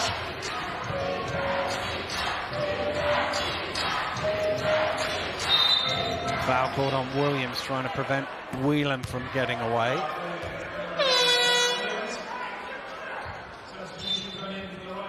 His second. It's just on the far side of your screen up the top. You can see him just not allowing Whelan to get free. Walsh is back into the game for Leicester. McKenzie, contested shot. Manchester, oh no, there's a foul. I was about to say can't keep it in bounds, but it's can't keep it in bounds because Nelson Henry has bumped him out of course. Nelson Henry's second, and he will sit down with Menzies' return.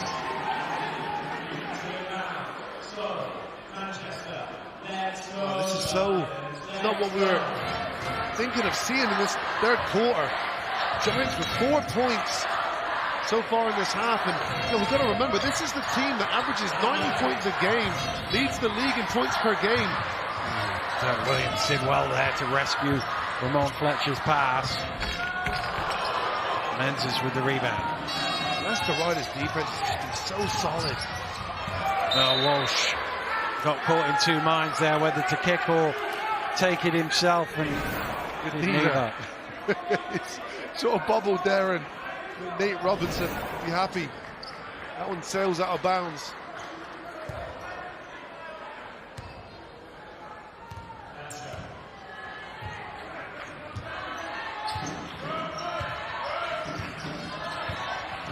Fletcher gets to the elbow. Walsh with the rebound.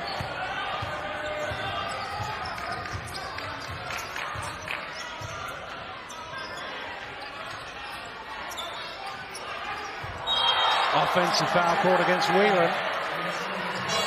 Really weird part of the game right now. Neither team has any type of rhythm. Good job here from Robinson, though. Getting his feet set. No, I mean, he's in his space, isn't it? I mean, I don't know. It just looked weird. The whole sequence of events looked weird, and the referee has to call something. He sold it. He sold it. Sold it better. Robinson backs out for a long two. Green with the offensive rebound, and is fouled by either McKenzie or Whelan. It's 12 that's shown to the table, so it's the second on Patrick Whelan.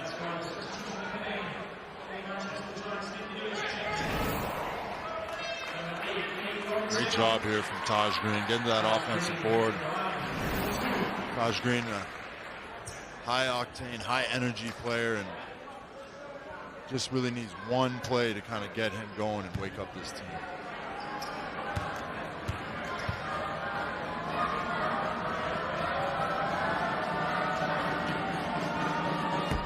He's into double figures, the fourth Giants player to get to double figures, the seventh in the game.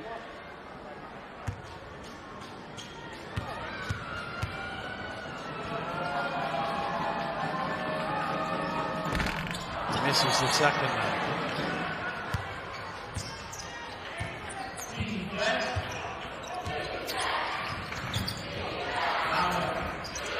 Here's Menzies.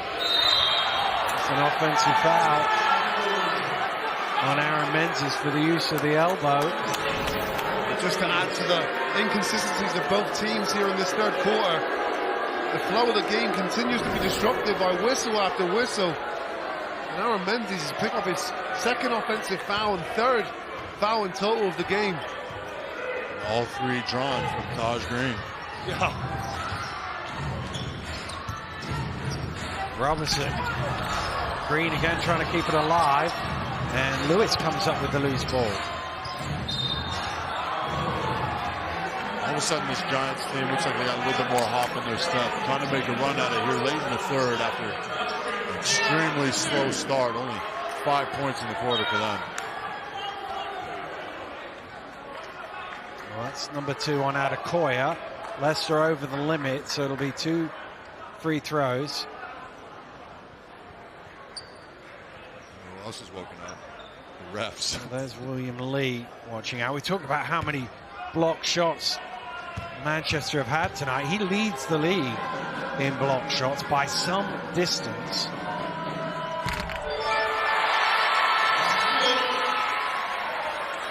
That one wasn't the cleanest. You could see from Green's reaction, even though it went in, he wasn't entirely happy.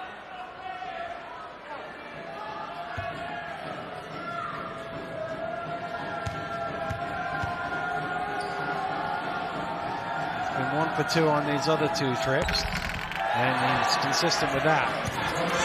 Robertson in there, bodies flying everywhere. Walsh gets knocked to the ground. Rob Paternostro is absolutely livid. Wow. Those bodies just ricocheting. The referees everywhere. are going to talk to each other. Those are one of the occasions that the ref would need to. And, you know, unless one of the referees has a clear... Oh, and he's got a hand to the face, and that's what is incensed the Leicester bench. Oh, what do the referees make of this? There was an initial foul called against the Leicester player. It's just whether the reaction gets a punishment as well. So let's see. Foul is on Menzies originally, and that is it.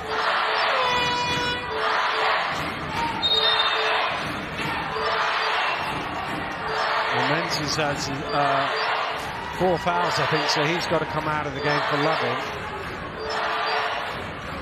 Well, Evan Walsh is clearly confused. He knows, all he knows is he got hit in the face, and nothing's happened. There's been no repercussions for the Giants on that. And there was so much going on. That's an instance, a prime example where the referees need to go to a monitor to make sure that the decision is satisfactory to their standard. Well, there is no VAR in the British Basketball League at the moment. It is in discussions, but they haven't got there yet. And Robertson makes both. I think this is a really good opportunity for the Giants here. The Riders are in the penalties, so all fouls thereafter will be trips to the free throw line, and the Giants have hung in there. They've got an opportunity here now to close the gap. Lewis called for the foul. That'll be the team's 4th, so it'll be a sideline ball. Nick Lewis stepping in the path here of Kimball McKenzie, and leg outstretched and forcing the ref to make a call there. It's a little too aggressive.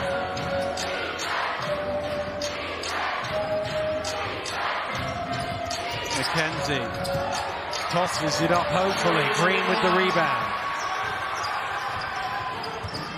Green, head down, attacks, and is blocked. No, he's fouled. That'll be 2 shots. Momentum all of a sudden flipping back to this Giants team as this crowd wakes up. Taj Green forcing a foul from Adekoya. Well, I'm big on like pass plays, and I know Jabril Adekoya has the best hands in the league because I've seen it time and time again. with his anticipation and his timing. But what Taz Green does an excellent job at, he gets the referee to blow the whistle. That's what you have to do when you're going through periods here, when your jump shot's going down and offense isn't fast flowing. Taz Green does a great job of getting to the free throw line. Adekoya's third personal foul, so he goes to the bench. Green trying to snap this 1-for-2 streak.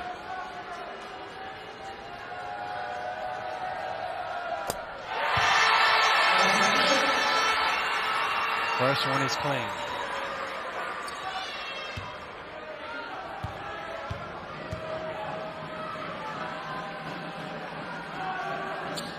And he does go 2-for-2. And the Giants just reeling it back here in Manchester. Cuts the gap to 7.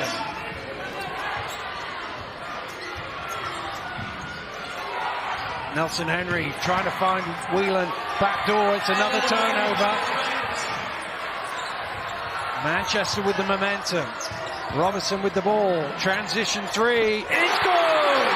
Goodness me, Anthony Robertson, the confidence and the conviction to step into that shot.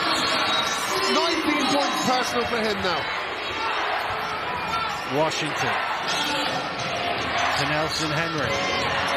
Volume has gone up here in Manchester. Loving, great head fake. Block though, keeps it in play. No, he doesn't. And turnover again.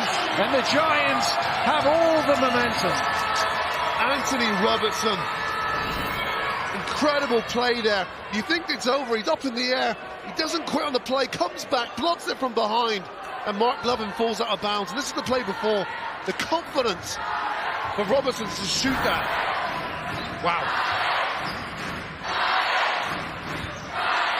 Green thinks about the 3, turns it down. Now he will take it.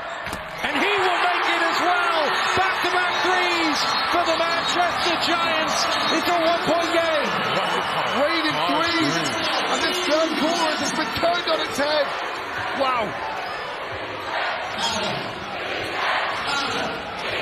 Walsh under pressure. Trying to run the clock here, Leicester. Oh, it's nearly lost by Whelan. He somehow escapes, returns it over. Lewis on the buzzer! No. Well, it was a third quarter that started awfully for the Manchester Giants. They had no momentum, no scoring whatsoever, but boy, what a finish. And they've cut it right back. It is a 1-point game. This place is absolutely rocking now. Can the Manchester Giants get over the hump, or will Leicester hang on? Fourth quarter when we return.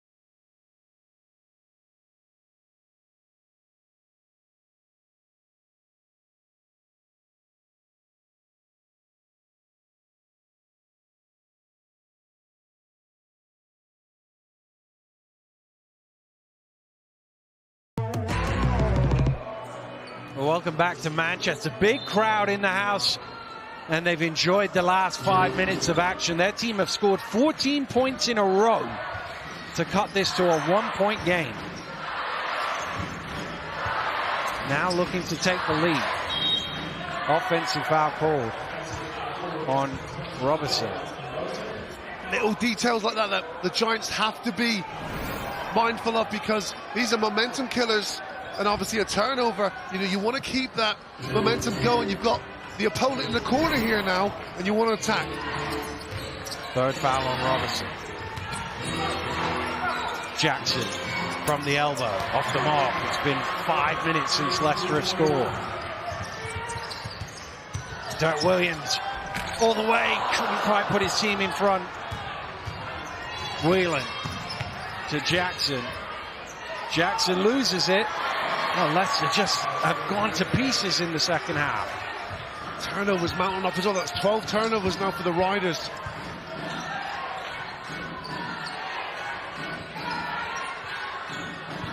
Robertson resets for three.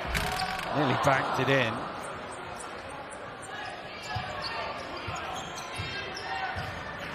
Such a big part of their run, Anthony Robertson. That wasn't the most intelligent shot there. Loving for three. Leicester still can't score. It was midway through the third quarter, their last basket.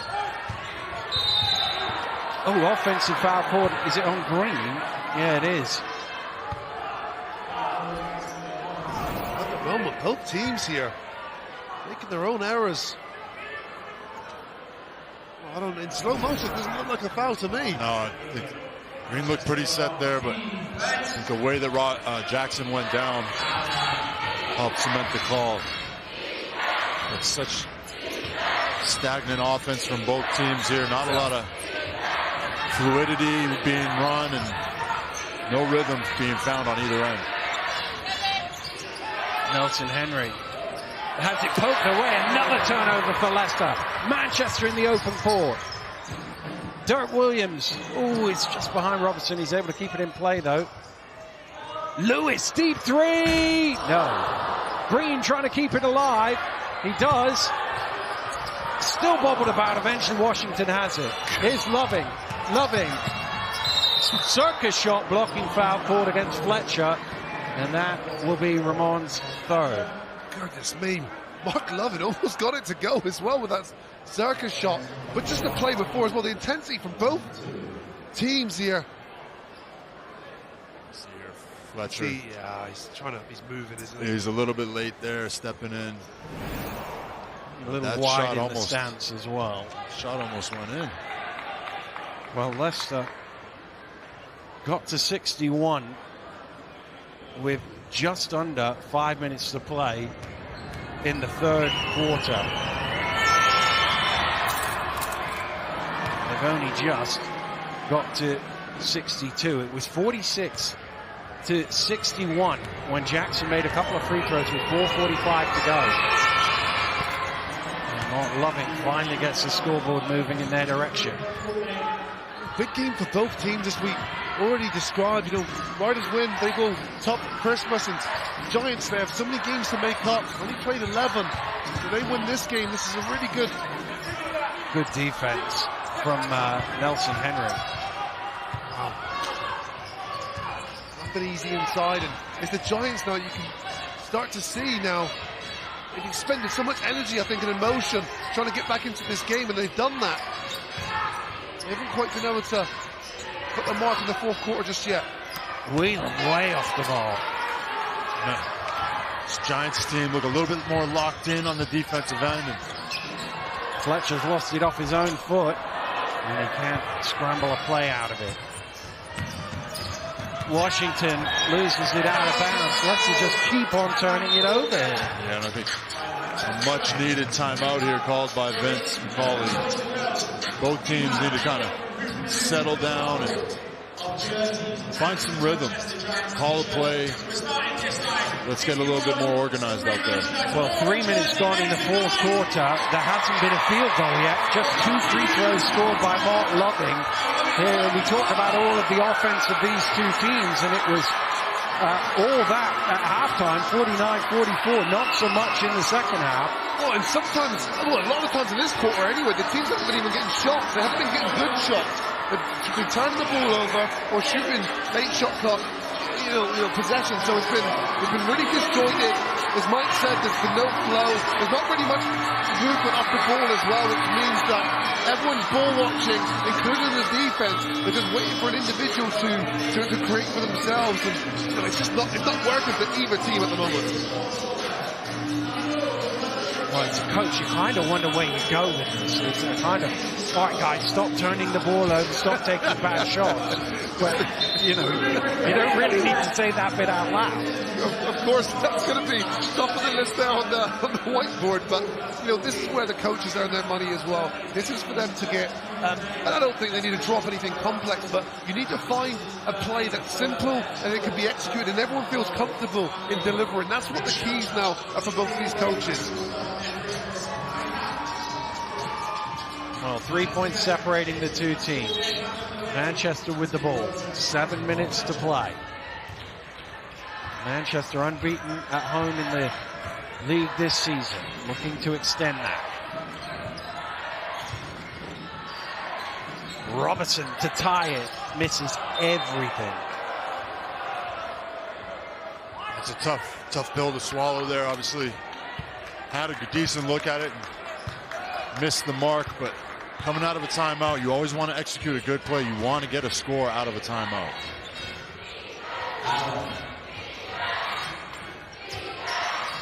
McKenzie. Nelson Henry down to Jackson. Adekoya is blocked by Derek Williams. Gets it back though. He throws it away. Goodness me, Derek Williams, what a recovery. He flew out to Adekoya, who was living off those shots in the first half. And then the wayward pass there, try and get the ball to Kimball McKenzie in the corner. Off the mark. Oh, it's still 2-0 here in the fourth quarter. We're still await our first field goal. Can Lewis provide it? No. Wow. I can't remember the last time I've seen both teams this disjointed.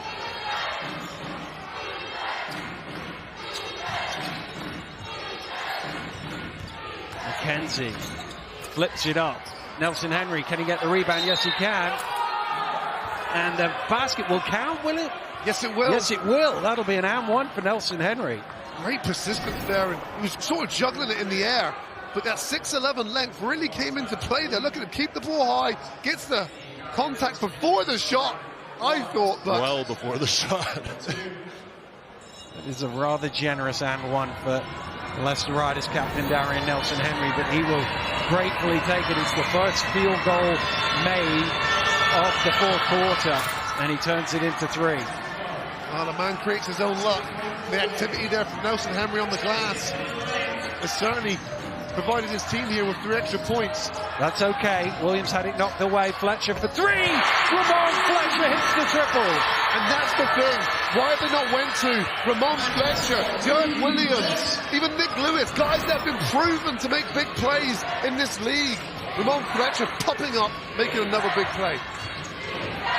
Loving drops it off to Nelson Henry, bobbles it, and he's fouled again. And we'll shoot 2. How many? 1 of 3 out of the melee in there. It is number 11, Dirk Williams, who's adjudged to have committed the foul. Well, they're looking to dump the ball inside to Nelson Henry. Now, remember, this was something the Giants were concerned at from the tip-off. They started Roberto and Legend for that very reason. And Nelson Henry's been able to deliver some type of consistency here on putting points on the board in a very difficult period that they're experiencing in the fourth. Yeah, and you got to look, what's the game plan? And that probably was one of the things on the sheet on the scout before the game. Let's go to Nelson Henry. Let's take advantage with our size. Nelson Henry stepping up big here down the fourth. 10 points for him personal now.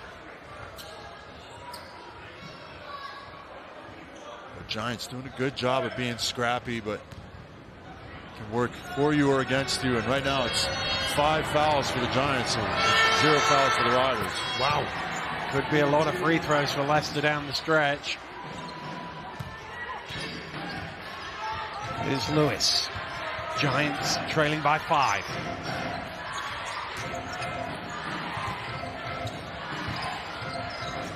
Good hands to knock it away by Zach Jackson. Beautiful deflection there by Jackson. Loving with the jam. Goodness me, they pushed the basketball. Defense weren't turned. Loving was out to the races. Tipped in by Green. Now we're starting to heat up a little bit. We've had 2 back-to-back baskets. Does that open the floodgates now? Yeah, back to 5. Loving kicks out to Adekoya. Jackson in the corner. Big shot for 3, halfway down, and Lewis gets the rebound. Wow, good ball movement from Riders. Everything but the finish. Fletcher strings it. Long 2 for Ramon Fletcher. Cuts the gap yet again. And Rob Paternostre wants to talk things over. With 4:27 to go, their lead is down to 3. What a play from Ramon Fletcher. He moves down the court, tapping his wrist, saying it's game time, baby. And he has woken up this crowd, but the play before from Mark Lovin, getting above the rim, but Ramon Fletcher here, erupting the crowd, pulling them back within 3 points. We got a ball game on our hands. Well, it hasn't quite followed the pattern we were expecting at halftime, but they do feel like both teams have started to catch a little bit of fire here in the 4th, and the scoring has quickened in the last couple of minutes. And the intensity is still there as well. Both on and off court, you can really feel the energy in this building with the fans. But on court, this game had that sort of feel, a very scrappy, hard-fought game, which has created a lot of turnovers and problems for both of the teams' offenses. But you know, we're in a period now where you feel that the teams have embraced that intensity and are looking to convert at a higher rate. Yeah, and I think the biggest difference for me is we're seeing a lot more structure out there now. Both teams have fallen back into their flow offenses, their motion offenses, and looking for looks and not taking what the defense has given them. And some big plays from both teams in the last 30, 40 seconds here. Well, it is a Leicester ball from the end, leading by 3.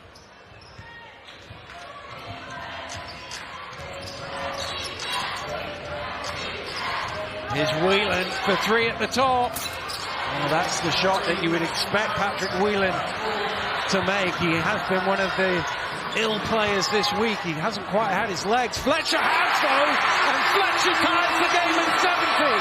Goodness me, number 44 strikes again.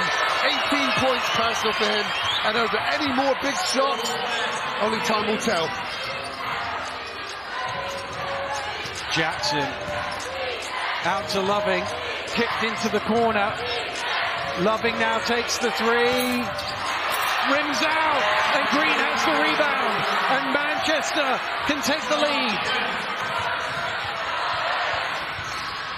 Oh, it's thrown away. Green almost gets his hands on it. It's a Leicester ball.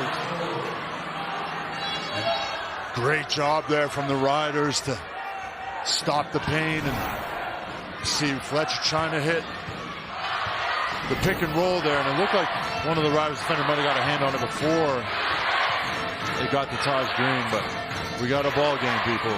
McKenzie all the way misses the lay-in. Numbers here, McKenzie's on the floor. It's 5 on 4. Dirk Williams all the way to the basket, and Manchester in front. Goodness me! We've got Smith there for McKenzie, the Saints. As we've seen all game today, Dirk Williams by himself. Long levers extending to the finish. Defense to cry from the home fans, and the foul is on Fletcher, and that is the 4th personal foul on Fletcher, and Manchester over the limit, so it will be 2 free throws for Kimball McKenzie. That's got to be a frustrating one for Fletcher there. He turned his body and didn't get his arm out in time, but the tension in this gym right now. You can feel this crowd heaving, breathing on this court. Well, McKenzie's only missed 4 free throws this season. And he goes 2 for 2 there. Takes him to 10 points personal. Green kicks out to Fletcher. Thought that was going up there. Dirk Williams. Out to Lewis. Big shot for three. Nick Lewis! All string! Mr. Big Shot, Nick Lewis, the man of the hour, hit big shot after big shot in the previous game against the Sheffield Sharks, and now he popped up with another one.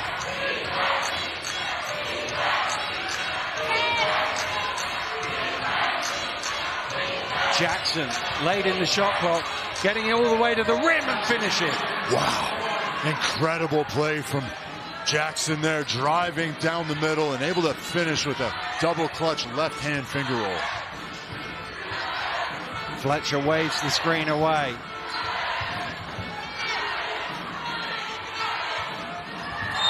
That's going to be a foul on Robertson, who runs over Jackson, and the referee's quickly in there, and there's a bit of something going on. You've got to have eyes everywhere here. And this is where the referees need to be on their game here. All of them need to collaborate. Well, let's have a look. There's Robertson running over him. That's what Jackson didn't like. And it's whether that deserves an extra punishment on top of what's going to come initially.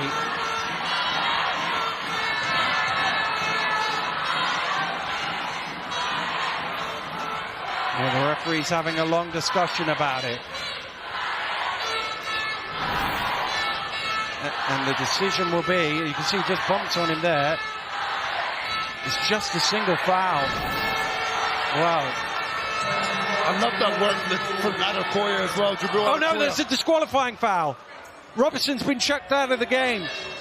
It was a late call because the original foul was called by a separate official. So the second official has come and disqualified Robertson for his stamp on Jackson.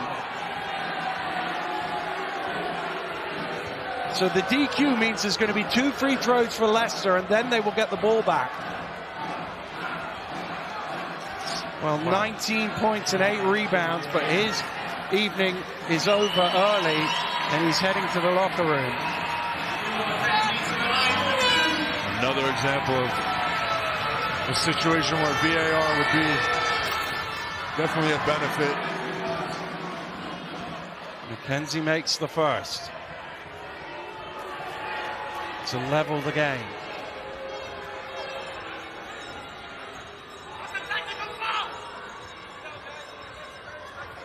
Well, the referees have done a relatively good job here. I mean, the call was there of the disqualification. He felt that was an intentional stamp.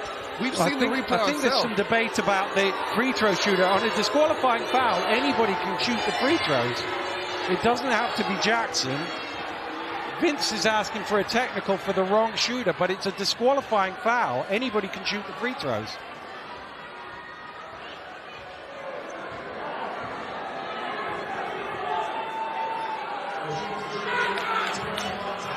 Well, they're going to change it to Jackson. I don't think that's right. Anybody can shoot on a disqualifying foul, I'm sure.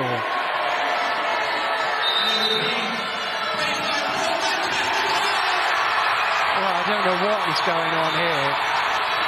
I have no idea what they've just called. They've given Manchester the ball. There's no obvious reason for why Manchester have got the ball here. I'm sorry to say I have no idea what that is called. The technical has been called for the wrong shooter shooting the free throw line. No, but then you call a technical and it's a free throw. But anyway, it's a disqualifying foul. It doesn't have to be the person who was fouled. Anyway, we're back underway, and that point didn't count for Leicester, so Manchester's still up 1. Dirk Williams gets in close, misses, and Leicester get the ball back. Oh, it's through Jackson's hands, but Whelan comes up with it. Adekoya is fouled by Robertson, and Whelan wants an unsportsmanlike, which given the one Menzies got earlier, you just wait and see, but it is just a regular foul. I think that's a good foul there from Robinson. Nothing easy here down the stretch. Every possession, every second, every free throw counts. Adekoya then, 78% shooter on the season. Misses the first. Absolute mayhem in here.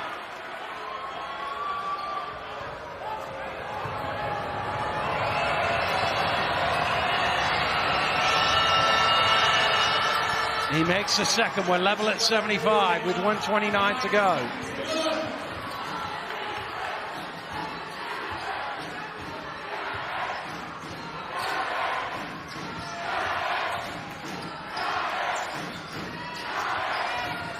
Williams down to 5 on the shot clock. Green is going to have to heave the 3. Misses everything. Leicester get the rebound. Minute to play. Not great overtime looming. It looks very likely. Not a great offense there from Giants. I think they needed to go through Fletcher and trying to get create something to happen. Jackson down to Loving. Late in the shot clock, Mark Loving spinning. Oh, it looked like a foul, but no call. Green with the rebound. It looked like a foul. It looked like a lot of contact there. Referee had a relatively good position there and didn't want to make the call. Fletcher ticking it down, trying to put his team ahead. Here's Green. On to Robinson. Green kicks out. Fletcher got to shoot. Gets it away. Misses. Leicester with the rebound. The shot clock is off. Leicester with a chance to win it on the last play. McKenzie running it down. Now he goes. McKenzie to the finger roll. He's blocked. Jackson has it. It's on the floor. Overtime. Wow. Overtime in Manchester. McKenzie's attacked here. Hasn't touched the backboard first. We're not sure. Taj Green could have made a basket-saving play there. I think it's clean. Well, it is clean. The referee didn't call it. What a play from Green. Well, free basketball just before Christmas. How about an extra 5 minutes of this? Dan, this is absolute mayhem here. Controversial calls. Bodies flying everywhere. Players putting their bodies on the line. These 5 extra minutes. Well, if I said to you at halftime, 44-49, it's going to finish 75 apiece at the end of regulation. I would say, Dad, of all those years you watching basketball, you do not know what you're talking about. But we're in this situation. Incredible contrast of halves. It's completely different. Well, the interesting thing now is, of course, Leicester is still over. Manchester is still over the limit in fouls. Leicester still didn't commit a foul in that quarter, so Leicester still go to the free throw line in overtime with fouls, and Manchester don't. Wow, that's one difference. And the other thing is, Fletcher's on 4 fouls. Obviously, Robertson's already fouled out as well. That's another thing that Leicester only have Menzies in foul trouble. Yeah, you feel that the advantage goes to Riders going into this overtime. And theoretically as well, what we've looked at, this type of low scoring game you'd feel would be in the favour of the Riders, but it's actually the Manchester Giants that won that second half. Well, the two coaches have been around for so long, they've seen so much, and they have to be the most composed here in the extra 5 minutes. The possession arrow will favour Leicester, so they will start with the first attempt to score in the extra period.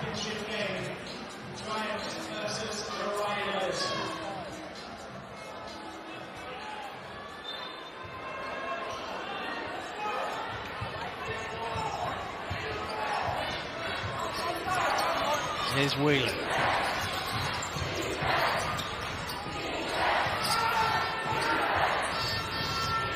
McKenzie, top of the key. Almost pulled in by Nelson Henry, but Lewis is there to nick it away from him. Lewis did really good there to come in there and recover that ball, because you feel that's a sure putback finish there from Nelson Henry.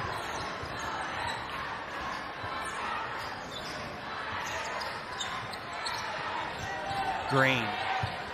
Out to Lewis. Late shot clock again for Manchester. Dirk Williams for 3. Got it! Wow, hand in his face. Dirk Williams.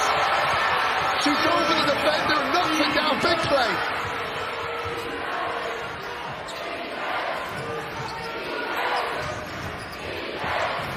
Loving under pressure.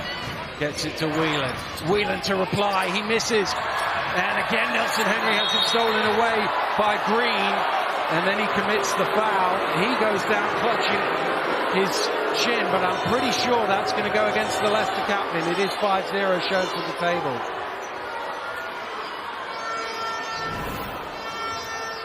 See him fight for the possession here on the boards. Can't quite get a clear look at that. Oh, dear me. Goodness me. Oh, I've definitely seen disqualifications and flagrants for less. Oh, this will be a good video for all referees to watch. Officiating. A lot of controversial calls. Here's Williams again. Time running out on the offense. He's looking to go. He attacks. He misses. Rebound Whelan. Nelson Henry out to Jackson. Thought about the three. Kicked it inside instead to Loving. Loving is knocked away by Lewis. And it'll be a Leicester ball. It's another big play by Nick Lewis, who's been really active down there. Oh goodness, a technical foul now. Who's the technical on? Oh, it's on Dirk Williams. What, he must have said something. Did you see what he did? I didn't see it. I didn't hear what he said, but I knew it was an animation there between him and the referee. Well, it must have been something. Oh, Mackenzie's missed the free throw after all of that. That is Dirk Williams' fourth foul now as well.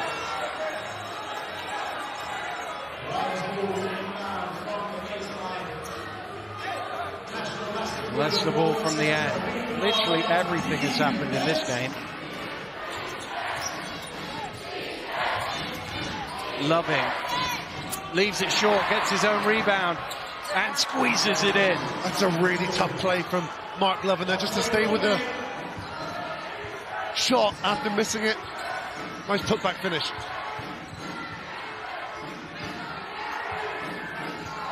Lewis looking to attack, fires up, and he will shoot three. Mackenzie commits the foul. And that will be 3 free throws for Nick Lewis. Yeah, I thought that was the right call, and I think Nick Lewis, a player that's high on confidence, and as I say, he's a player that doesn't get fazed by the big moment. If you've watched British basketball over the last decade, you would have seen Nick Lewis make big shot after big shot for his respective teams. He's not shot many free throws this season, but he's only a 58% shooter in his BBL career. That's 177 games. That's 400-odd free throws. He's missed the first. He's a BBL winner, of course, with you, Mike. He's won some silverware at the Sheffield Sharks. He's not showing his caliber for the free throw at the moment, going 0 for 2. Just under 3 to go. Trying to make it a 2-point lead. He's missed them all. Unbelievable. Wow. And then he's committed a foul. Oh, no. And he's sent Leicester to the free throw line. Just a mental breakdown there. And that's what I think people don't understand. If you're watching this from home, you're thinking, why are these guys making so many poor decisions? When your body is tired, you've got limited oxygen, you can get in limited oxygen, you don't think straight.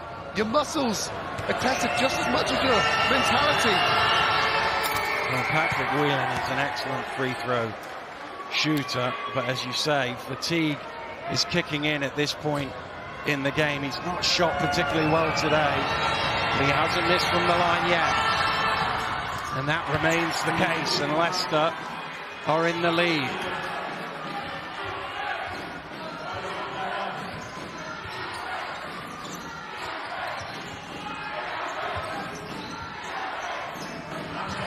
Dirk Williams out to Green. Shot clock at 7. Green fires up the 3, misses it. Rebound Jackson. Again, not a great offense from the Giants. If you look, the ball's just being passed around on the perimeter. There's no real cuts with conviction. No real, having the Riders defense to adjust and work hard. They're tired, man. They're not tired out there. Here's Mackenzie, huge shot for 3. Oh, Kimball Mackenzie with the triple. But did you notice that offense down there cutting? They're moving the basketball. Kimball Mackenzie gets an open shot in the corner. Whelan nearly stole that away. Instead, he gets called for a foul, but they're still not over the limit, Leicester. It's still a sideline ball. Callum Jones is going to check in. Who for? I think it's Robinson.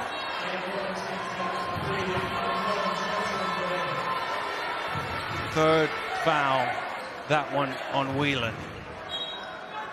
Leicester, Manchester ball from the side. Ooh, I didn't know that was going to get past Loving there. Here's Dirk Williams. Looking to attack, getting all the way to the rim, high and in. He's so good at that, isn't he, today? Going to the rim. 19 points personal now for Dirk Williams.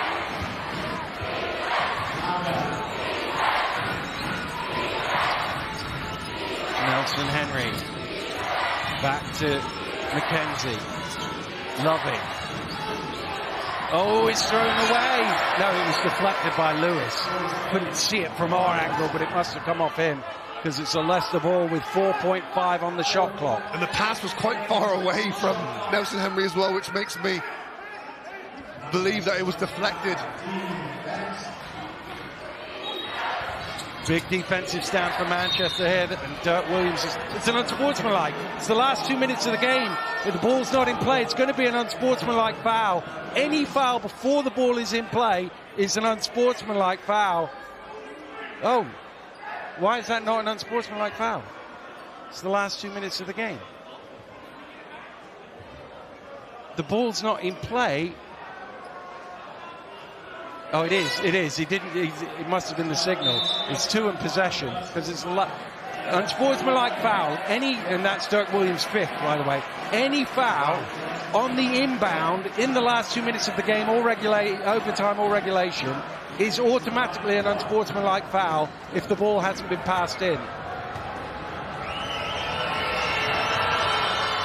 Oh, Patrick Whelan falls short. You know where I first learned that rule? It was at the Lions. It was a game that Vince was coaching, and they ended up winning.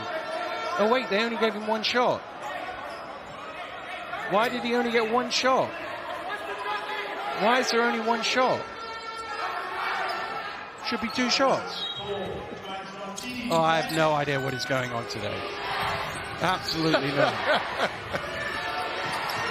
Mackenzie misses, and Manchester get the ball back. I have no idea what happened there. And that is at least the 2nd or 3rd time today that I've been totally bamboozled. Green is called for the offensive foul, and that is his 4th.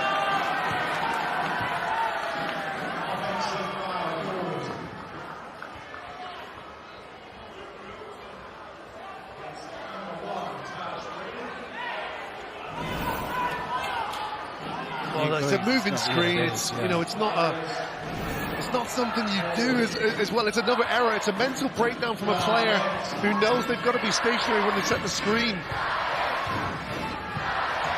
That's Green's 4th as well, trying to keep on top of everything here. Oh, Dirk Williams is, of course, not here He's anymore. out of the game. The reason why Giants are still in this.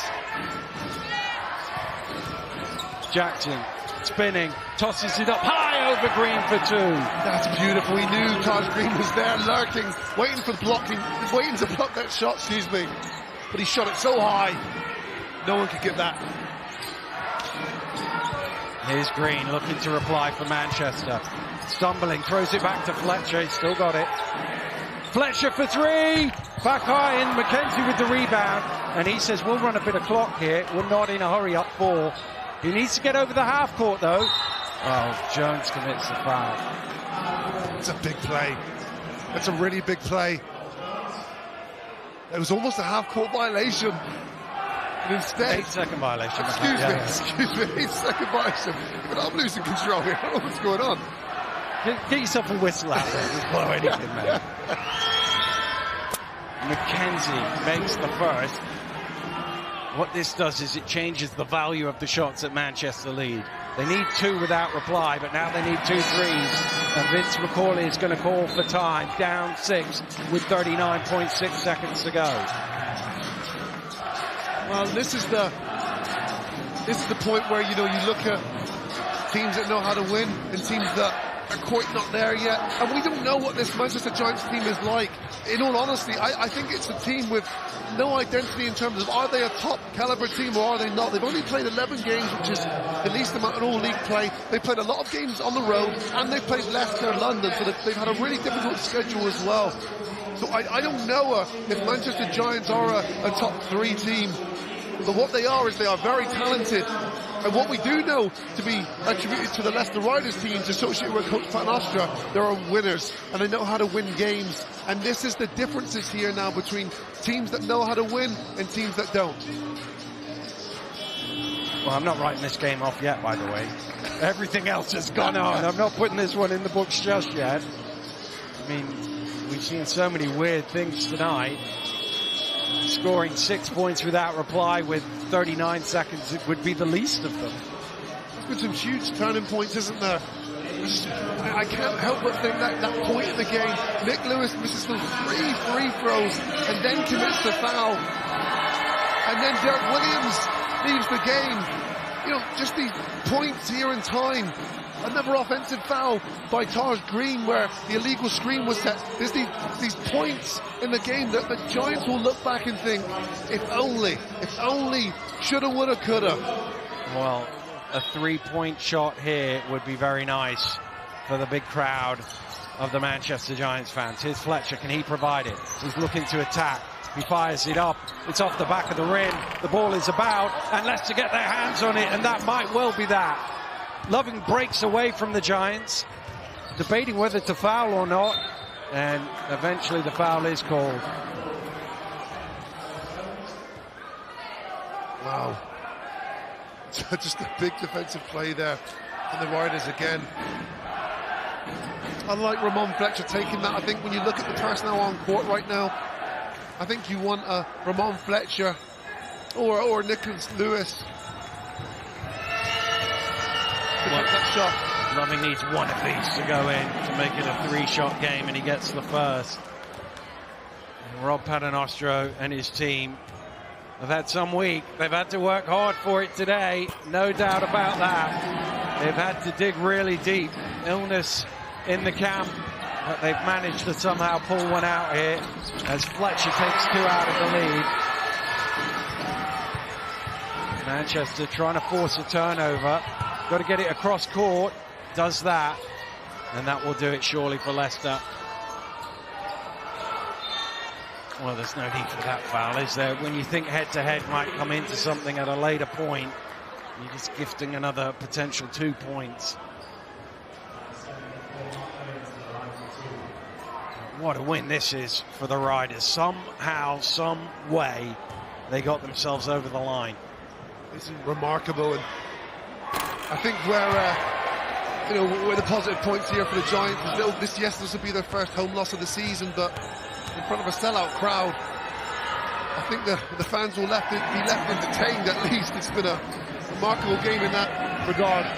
Fletcher will heave up the 3, and that will do it. A very remarkable game between 2 teams who slugged it out for not just 40 minutes but 45. But in the end, the Leicester Riders just had enough in the extra period to see themselves over the line and win this one by 7. Remarkable, Daniel. We've seen so many things in that game that I've never seen before. And instances where it had those thrills, those highs, those lows, and pure confusion from, I think, everyone in this building at times. But what you did see is 2 competitive clubs going at it to the very death. And we needed another 5 minutes to decide the difference between these 2 clubs.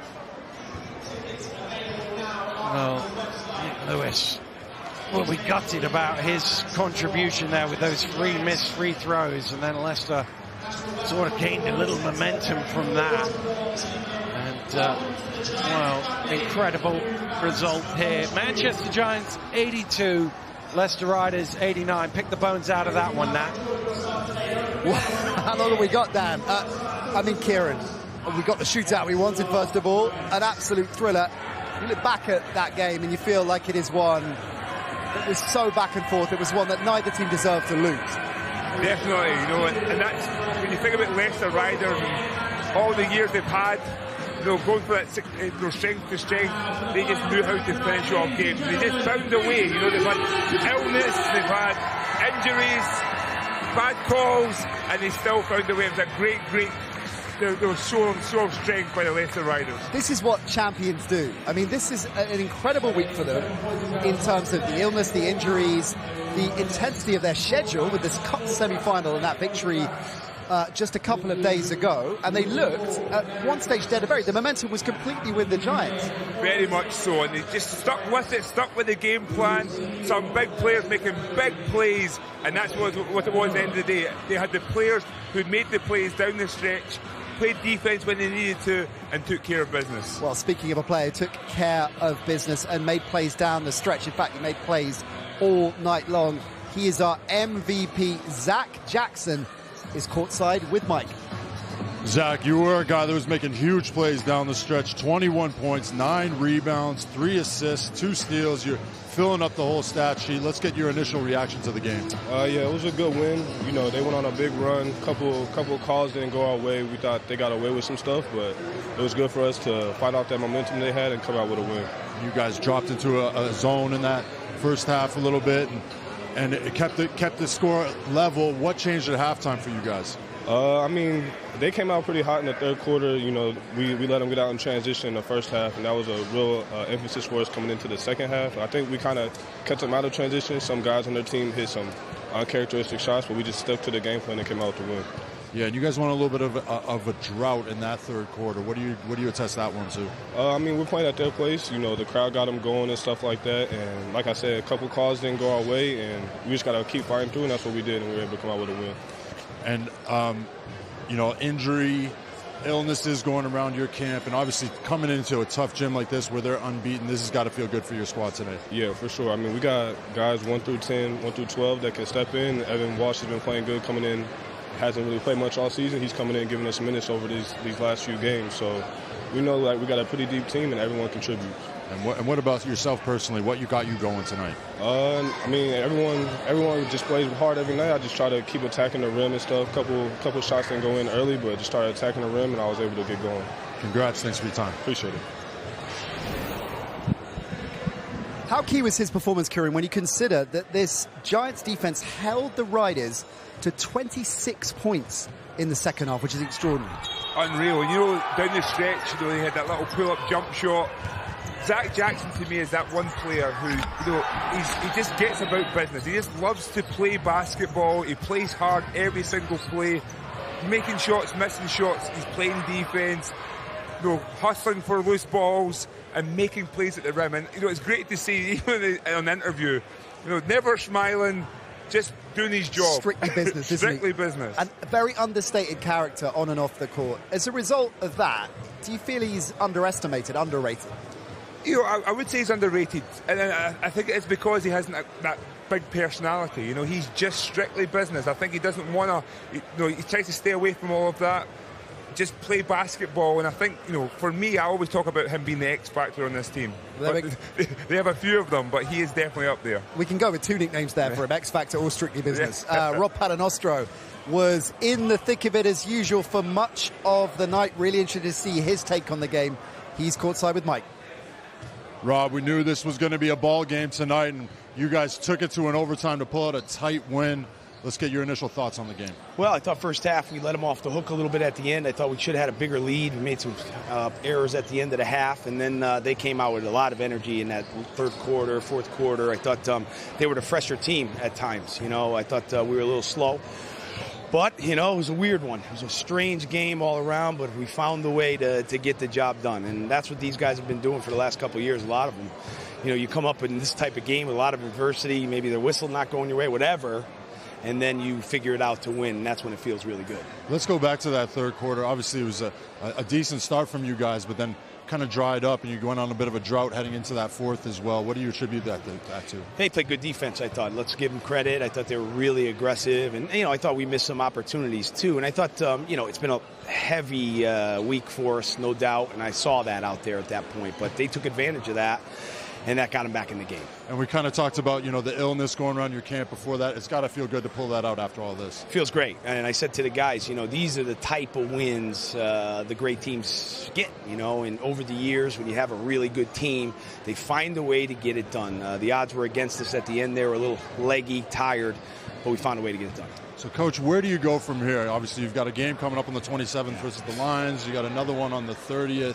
What's the schedule looking like for you guys moving forward? Yeah, we're going to have a couple of days off. I mean, I'm not the guy to bring him in on Christmas. I'll tell you that. That's not going to happen. So I think we need some rest now. We're going to rest up, enjoy the holiday a little bit, and then come back on the 26th and prepare. Who are we playing? Oh, London. We'll prepare for London on that day on the 27th. Coach, thanks for your time. Congrats tonight. Thank you. I reckon he's going to sneak a couple of hours on Christmas Day, just checking out the playbook. He'll have them watching film. He'll sit there watching on the table, then we'll watch the film. Manchester will look at themselves and think that they maybe have themselves to blame. There was ill discipline, really, if you look at that. I mean, the numbers, 27 personal fouls, obviously crucial moments of the game as well. And then in overtime, the Nick Lewis phase, the 5-point swing, as you called it as we were watching, 3 missed free throws, and then the foul.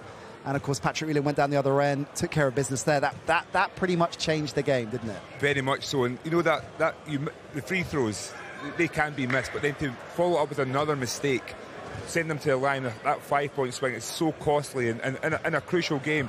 But the moments, the lapses too, like the Robertson push, to me, he'll know better, but it looked intentional stamp. He got caught. Something that wasn't needed. They could have taken care of business earlier on, and they just didn't find a way to do that. Okay, I wonder how frustrated Vince McCauley is. He's with Mike. Vince, able to pull that game out to an overtime, an unfortunate loss for you. Can I get your initial reactions to that game? Oh, we're hugely disappointed. I mean, that's a team we should have beaten tonight. No question about that in terms of the effort we gave. We had a couple of mental lapses, I think 2 or 3 mental lapses that really cost us. We were in a hurry to get the win instead of just taking our time and let the win come to us. Yeah, let's talk about the difference between the first half and the second half. A little bit of a drought in that third quarter, but you guys really amped it up. What changed for you? The thing is, everybody thinks we're an offensive team, but actually we're a defensive team that likes to run. And our offense was pretty poor, I think, earlier on. But I think defensively, once we got going and later on in that third and into the fourth, we understood our matchups with the size mismatches that we had, and we were excellent coming out of that, I thought. And some big moments for some key players. Obviously, Ramon Fletcher knocking down some key shots, and Taj Green having a big game. A word on your guys tonight. I'm really proud of the guys. I mean, we understand what we're here for. We understand that this league is going to take anywhere between 6 and 8 losses to be at the top. We match up very well with everybody. We understand London's a different situation, but we still feel we can win the games here. So I'm proud of the effort they gave. Can we work harder? Yes. Can we be smarter? Yes. And if we do, good things will come. Definitely. Thanks for your time, Coach. Thank you. It's a challenge, and Vince mentioned this, of course, in the interview he gave pre-game, that they have injuries, they are short-stacked, but just 5 bench points for them tonight tells the story. It definitely does, and you know what? We had Fletcher with an injury, hamstring injury, wasn't moving the right way. They slowed the game down drastically when he was off, or he was still on the court, but they changed the dynamic of the game, and that's a key piece, that they actually still found a way to be in the game against the Leicester Riders team. So they do have what it takes. It's just they have to find a way to get that extra dimension off the bench as well. Well, they're going to be frustrated they didn't get the win. Vince certainly was, because the Giants will consider themselves as title contenders, and they have, as we've seen tonight, some all-star players. Taj Green, I think, is in the MVP conversation the way he's playing right now, and he furthered that case tonight. A double-double for him, 18 points, 12 boards, and, of course, 2 massive blocks. So many massive plays he was making. I think he was forcing the free a little bit too much down the stretch, kind of wanting to, the willingness to kind of win. But I love the way he plays. He plays with such confidence. He can score in multiple ways. We know him for his dunks, but he's got the pull-up jump shot. He's getting the offensive rebound tip-ins.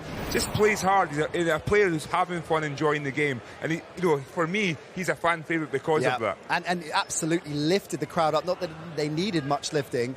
The way the Giants were fighting their way back in to it, a sold-out arena here. And you leant over to me midway through the third quarter and said, the Giants are maybe the most watchable team in the BBL right now. I just love watching them. Everything that I wasn't as a basketball player, they are. They're a fun team to watch. It's fast-paced, electric. blocks, dunks, moving the ball and smiling, having fun. A lot of personalities on that team. Yeah, Manchester Vince has done exactly him. His personality is on that court, and it's great to see. I'll give you electric when you were playing. Taj Green, big night for him, and not least the icing on the cake as far as his individual performance is concerned. Kieran, you've given him play of the day. This play for me, epitomises Green. It was a big play. Kimball getting to the basket. That big play got them into overtime to give them an opportunity to win. Yeah. Great timing, off the glass. People were asking if it was goaltending. He got there early, and look at the reaction. How much he wanted that. It was a big time play. Clutch stuff. So, Giants in the title race, do you think, despite the loss tonight? I'll say it again, I think it's very difficult to be in that title race, but at the same time, they will be up there. They will cause a lot of upsets. I just do not think they have the consistency to pip and win the championship. All right, speaking of the championship, other games in the BBL this evening, including Caledonia getting a big win over the Sheffield Sharks. 17-point advantage for them, and the win for Caledonia. Surrey ran Bristol tight.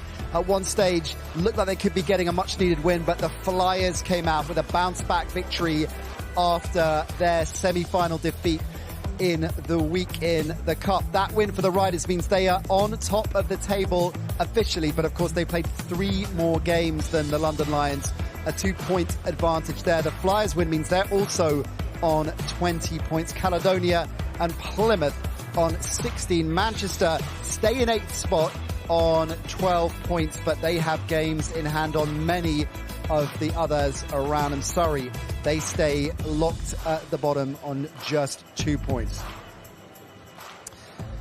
So a big win for the Riders, big week for them with that Cup semi-final victory as well. I've got to talk about that Cup final because that is one of our first games back in the new year. Can't wait for it, and it's a really tough one to call right now.